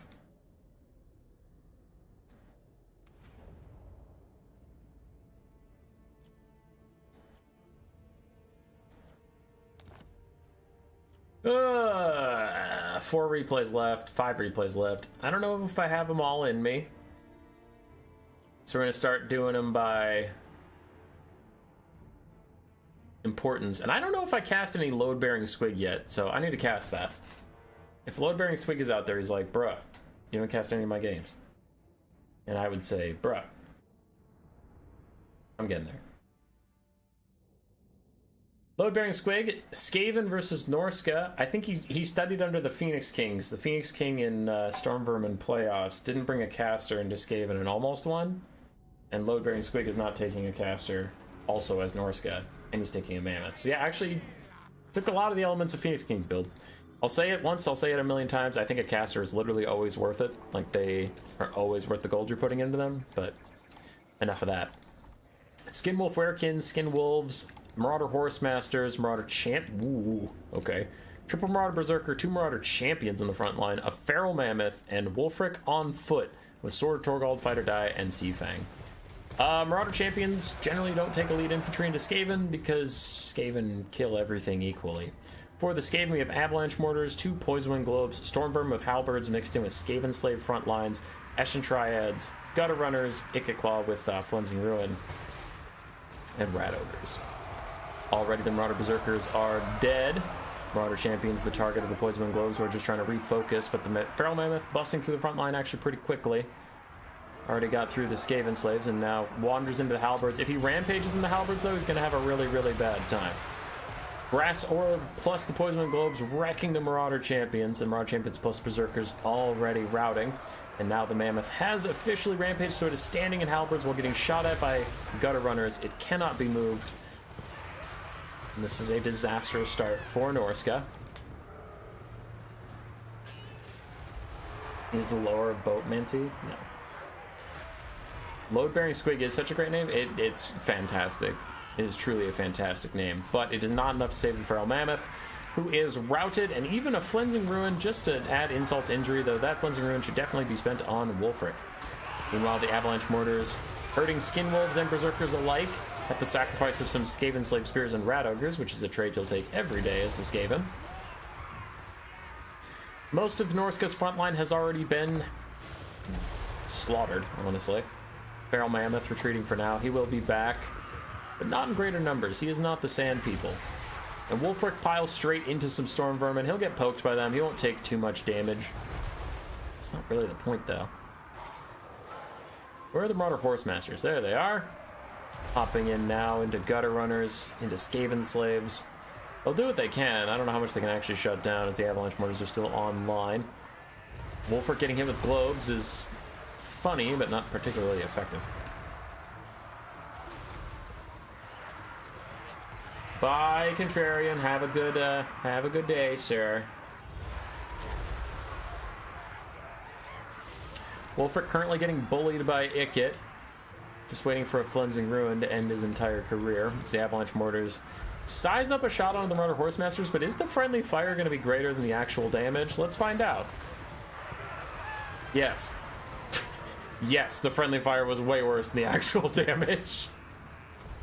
Skinwolf Werekin almost routing as Ashen Triad surround him. There's the Flensing Ruin that will end the game, though. As Wolfric will get too low, the balance of power will tip away from Norska, and they will be defeated. Unless the Skaven really want this game to keep going by just murdering their own troops, that the balance of power stays relatively even, but I suspect it won't. 7 seconds left for my prediction to be right. 4, 3, 2, 1. Army losses while Flensing Ruin was going for 1 more second. I still got it. People say I don't got it, and then I got it. Good job from Joyboy. Load-bearing Squig. It was bold. You need to take a caster. Also, Feral Mammoths are ass. Regular Mammoths, some people make them work, kinda. But Feral Mammoths, objectively terrible. G. Okay. What are we doing? Is that Tehenuin? Is he on his laser dino? Fuck, he's on his laser dino. No. I want to go. I can't keep casting. But it's Tehenuin on a laser dino. You can't skip Tehenuin on a laser dino. Okay, another Khorne game. That's Tyrion. Those are High Elves. That's Pra 2.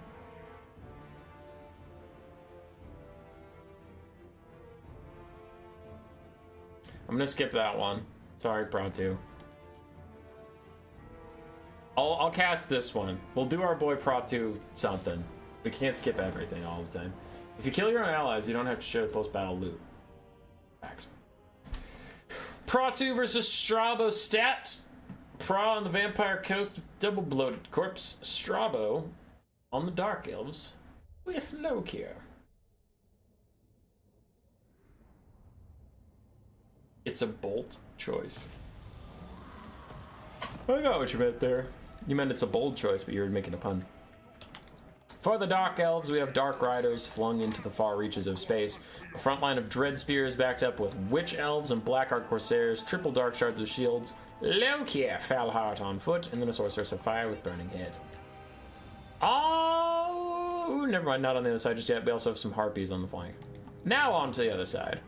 For the Vampire Coast, we have 2 Mourngulls, 2 Sirens, Count Noctilus on his peg leg, don't see that very often, double Carronade as well, a bunch of zombie pirate deckhands mobs, including the Tide of Skjold, then handgunners and bombers. Double Bloated Corpse. Necrofix Colossus.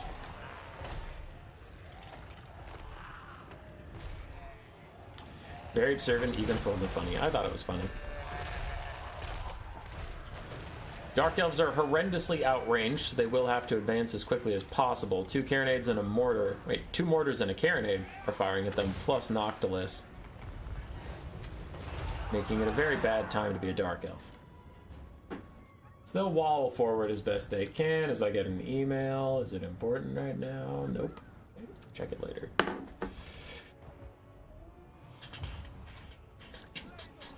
The mobility forces of the Dark Elves trying to move in, maybe find a cheeky back angle onto the mortars. Remember, from the Dark Elves' perspective, they can't see these Mourngulls. So they see 1 Siren patrolling. They see a lot of gaps. The Mourngulls could actually make that a little difficult for them. 1 Dread Spear, in the meantime, is thinking about routing. Mortars still firing into these relatively clustered troops. Relatively. I want to keep an eye on the back line, but I also want to keep an eye on this. Dun-dun. Dun-dun. Angle the camera so you can see the back line, but there's a Bloated Corpse and he's right next to the Blackheart Corsairs, but he can't quite see them, and then he got lost in the sauce and now he's not going forward. Dun-dun, dun-dun, dun-dun, dun. Dark Shards are just gonna shoot him. Oh, he's been remembered. He's trying to charge back in. He's trying. Harpy's moving forward to take out some of those artillery pieces. A lot of Dark Elves are clumping up with the front line and taking lots of damage from the mortars. The Bloated Corpse is still just trying to find a home, find something to do. As Dark Shards are moving up, they're out of range of the Bloated Corpse now. No one can stop him except for Lokir Felheart. Can Lokir save the day? As all the Dark Elves are already routing, even without the Bloated Corpse, but who cares about that? As Lokir ignores him, Bloated Corpse, he's standing right next to Lokir. Lokir gets shot in the face by Noctilus and a bunch of cannons. Takes a lot of damage. Bloated Corpse refuses to die until he is in the middle of his own troops. Now he will die and take the Tide of Skjold with him, as the Burning Head also goes down the line.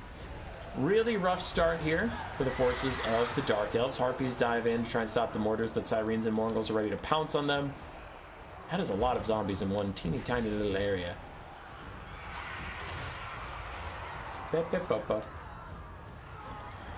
Dark Elves in mass retreat for the most part.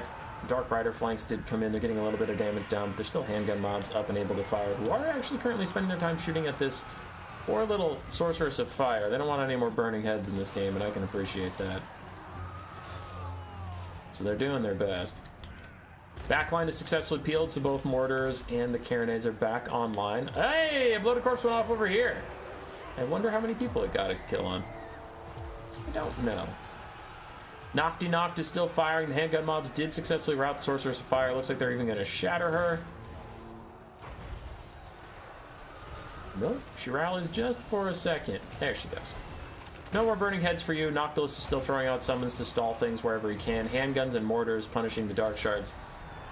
Then it's going to be a quick GG for the Vampire Coast, it would seem.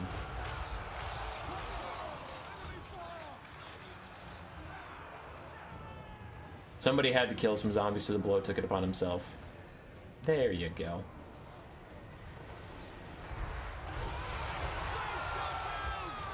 Brace yourselves!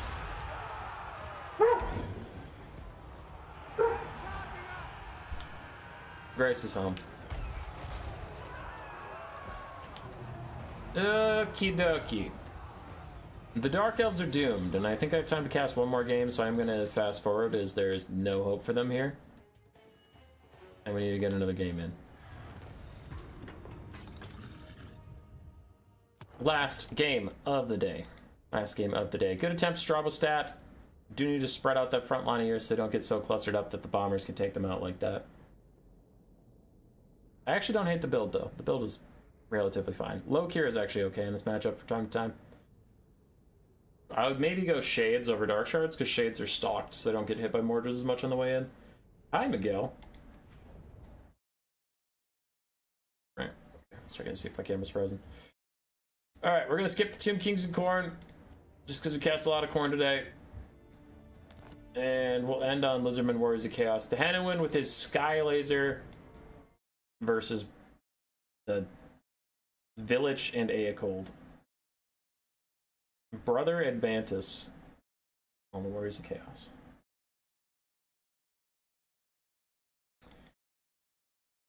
Let's do it. I am tired. It's my second stream of the day. We're running low on energy, but we will try to rally for La Luna. Gotta do it. Here we go. For Lizardmen, Skink Skirmishers on the front line, Skink Cohorts, and Saurus Warriors with shields. One Temple Guard as well, so very mixed force. You have some Feral Cold Ones, double Salamander Hunting Packs, and Tehanuin on his Stegodon mount with Flock of Doom and then Sky Laser. Cool. The other side for the Warriors of Chaos, Marauder and Chaos Warrior mixed frontline, Chaos Knights, the Weird Spawn, the Severed Claw, Aecold Hellbrass, and Village the Curseling with pink and blue fire. Heavy Cav for the Warriors of Chaos are moving in. Getting a free charge on the Colvin Riders, who are not moving quite yet. Salamanders are getting free shots onto them, but non-armor piercing shots doesn't really do that much damage versus the Chaos Knights. TBH. Block of Doom, plus those shots coming in overhead. And eventually the Chaos Knights will get worn down, so you need to be a little careful of that. Salamanders, meanwhile, getting better shots onto the Weird Spawn. That is much more their kind of target to be shooting at. There's the first Sky Laser rolling down the Marauders. Does a little bit of damage here. Really didn't want to damage his own source, and does tickle the backs of these Marauders as well while they get shot at by the Fire Lizard. So overall, one laser routes two Marauders. Not bad at all, and Tehanuin's going to join the fight against the Weird Spawn. Just because he feels like it. Go, Tenny, go. Go, Tenny, go. Did you just kill those Weird Spawn? No, they're getting back up. They're fine. Warriors of Chaos seem to be in a bad spot. Balance of power is like 50-50, but so far I only see the Warriors of Chaos taking big damage. I guess these Feral Coldens are going to die, but I don't know. I'd rather be the Lizardmen. Weird Spawn getting lit up. Take out that pretty elite unit. And Temple Guard are currently surrounding Village. They want to be careful that they're on top of this many Saurus Spears, though. That's a lot of infantry in one spot, in case like an overcasted pink fire goes down the line. Does a lot of damage to both of them. Probably only need the Temple Guard there. How many entities does Flock of Doom damage at a time? I don't know that exact answer, but I know it does more damage the more models you have. So, quite a lot. Strong versus 25 men unit or above. Weird Spawn are about dead. They're unbreakable, so they take forever to actually kill, but they're not effective as a force right now. Chaos Knights are quite injured on both sides. The Severed Claw, Village, and Aecold are really all that is still healthy for the Warriors of Chaos. Oh wow, that is a regular Chosen over here. I missed you. Hello, Chosen. Rest in peace, those skinks. Skinks don't stand a chance. Flock of Doom unfortunately didn't hit the Chaos Knights. The Chaos Knights didn't actually take that much damage, and Flock of Doom ain't the best on the Severed Claw either, so a bit of a wasted cast from Tehanuin. If Tehanuin notices that there are Chosen on the other side of the battlefield, that is for sure where he should use his second Sky Laser. Just neat the Chosen and be done with them. If he uses them on these Chaos Warriors, it's going to be a bit wasted, unfortunately. Lizardmen still kiting out with a lot of their ranged tools. For their melee stuff, Temple Guard are currently beating up on Aecold. And yeah, Lizardmen are doing fine. Cleaning up the battlefield still. A little worried about these Chosen, but a Sky Laser right here would show them what's for. Another Flock of Doom out from Tehanuin. Still can't hit the Chaos Knights with it. Their flag is like in the circle, but not actually the center of their unit's mass. And the Sallies are just trying to get a shot on the Severed Claw, but can't quite manage it, because the Severed Claw only have, what, like 12 models? 16 models, so they're fully surrounded by Saurus Warriors and Cold Ones. Sallies can't see shit, instead turn their fire onto the Chaos Knights, getting a little bit of damage here and there. We'll eventually rout those guys off. Most likely. Tehenowin, will you get over here and sky laser these chosen, please? Tehenowin, if you could go ahead and do that for me, that'd be great. Another pink fire is out. Does a lot of damage to the King Skirmishers the Chaos Knights are currently fighting and trying to whittle down the Salamander hunting packs that the Chaos Knights can finish them off. It's not looking likely, and another Flock of Doom hits, trying to rout those guys off themselves. Chosen have still been left to their own devices. No Flock of Dooms and no Sky Laser for them. They buff magic missile spells in Total Warhammer 3?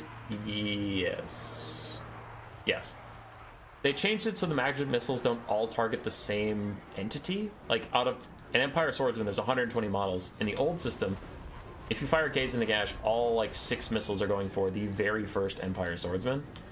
And they'll, like, hit his dead body a bunch. Now they select random targets, so they'll attack 6 different targets. Yeah, it's quite nice. So Tehenowin's wandering around, trying to find a better fight to be a part of. Meanwhile, the Ancient Salamanders are just firing away at these severed claws, slowly dealing damage to them. Village is surrounded by Saurus warriors. Aecold is surrounded by Saurus warriors and Temple Guard, it looks like. And still, you refuse to use your Sky Laser on those Chosen. You are making me mad, Mr. Tehenowin. Tehenowin going in for a 6 charge on the Village of the Cursed thing. Kind of loses the plot for a second, but he is anti-infantry, so he should actually be able to hit Village rather easily. There we go. Big hit. Is Village ITP? No, Village is not ITP. He could tear her out.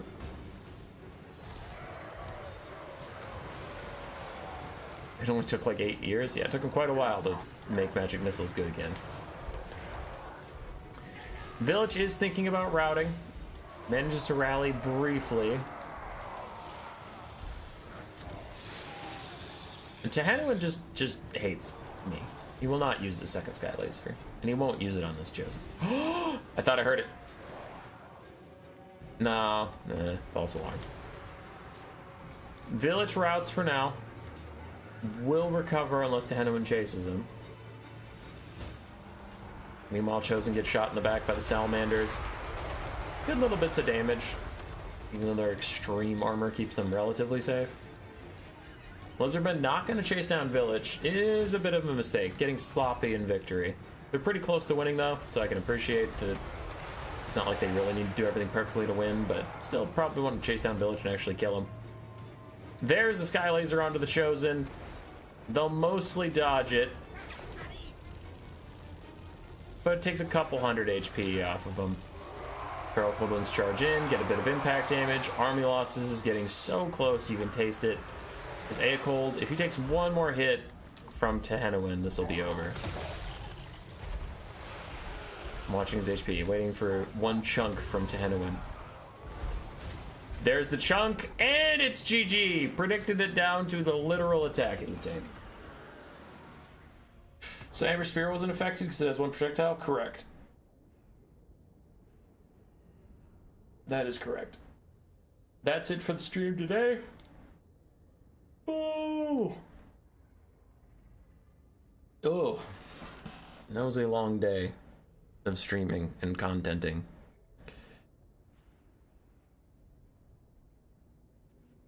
Tomorrow should be a lore video, if I can get it up in time. A lore video on the end times. We will see how many videos I get up after that. We'll see. It should be done with the free-for-all soon. Okay. Okay, is there anybody we need to raid? Lich already raided us, so he's done streaming. We know that.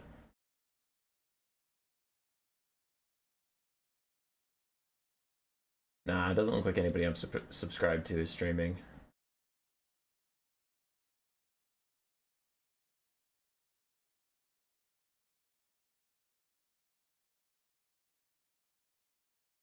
Any Total Warhammer 3 streamers out there? Teapot Total War. Alright, if you have rating on, I'll raid you. If you don't have rating on, then you get nothing from me.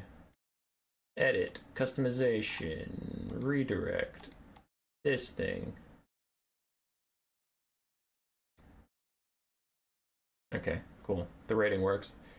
Get out of here!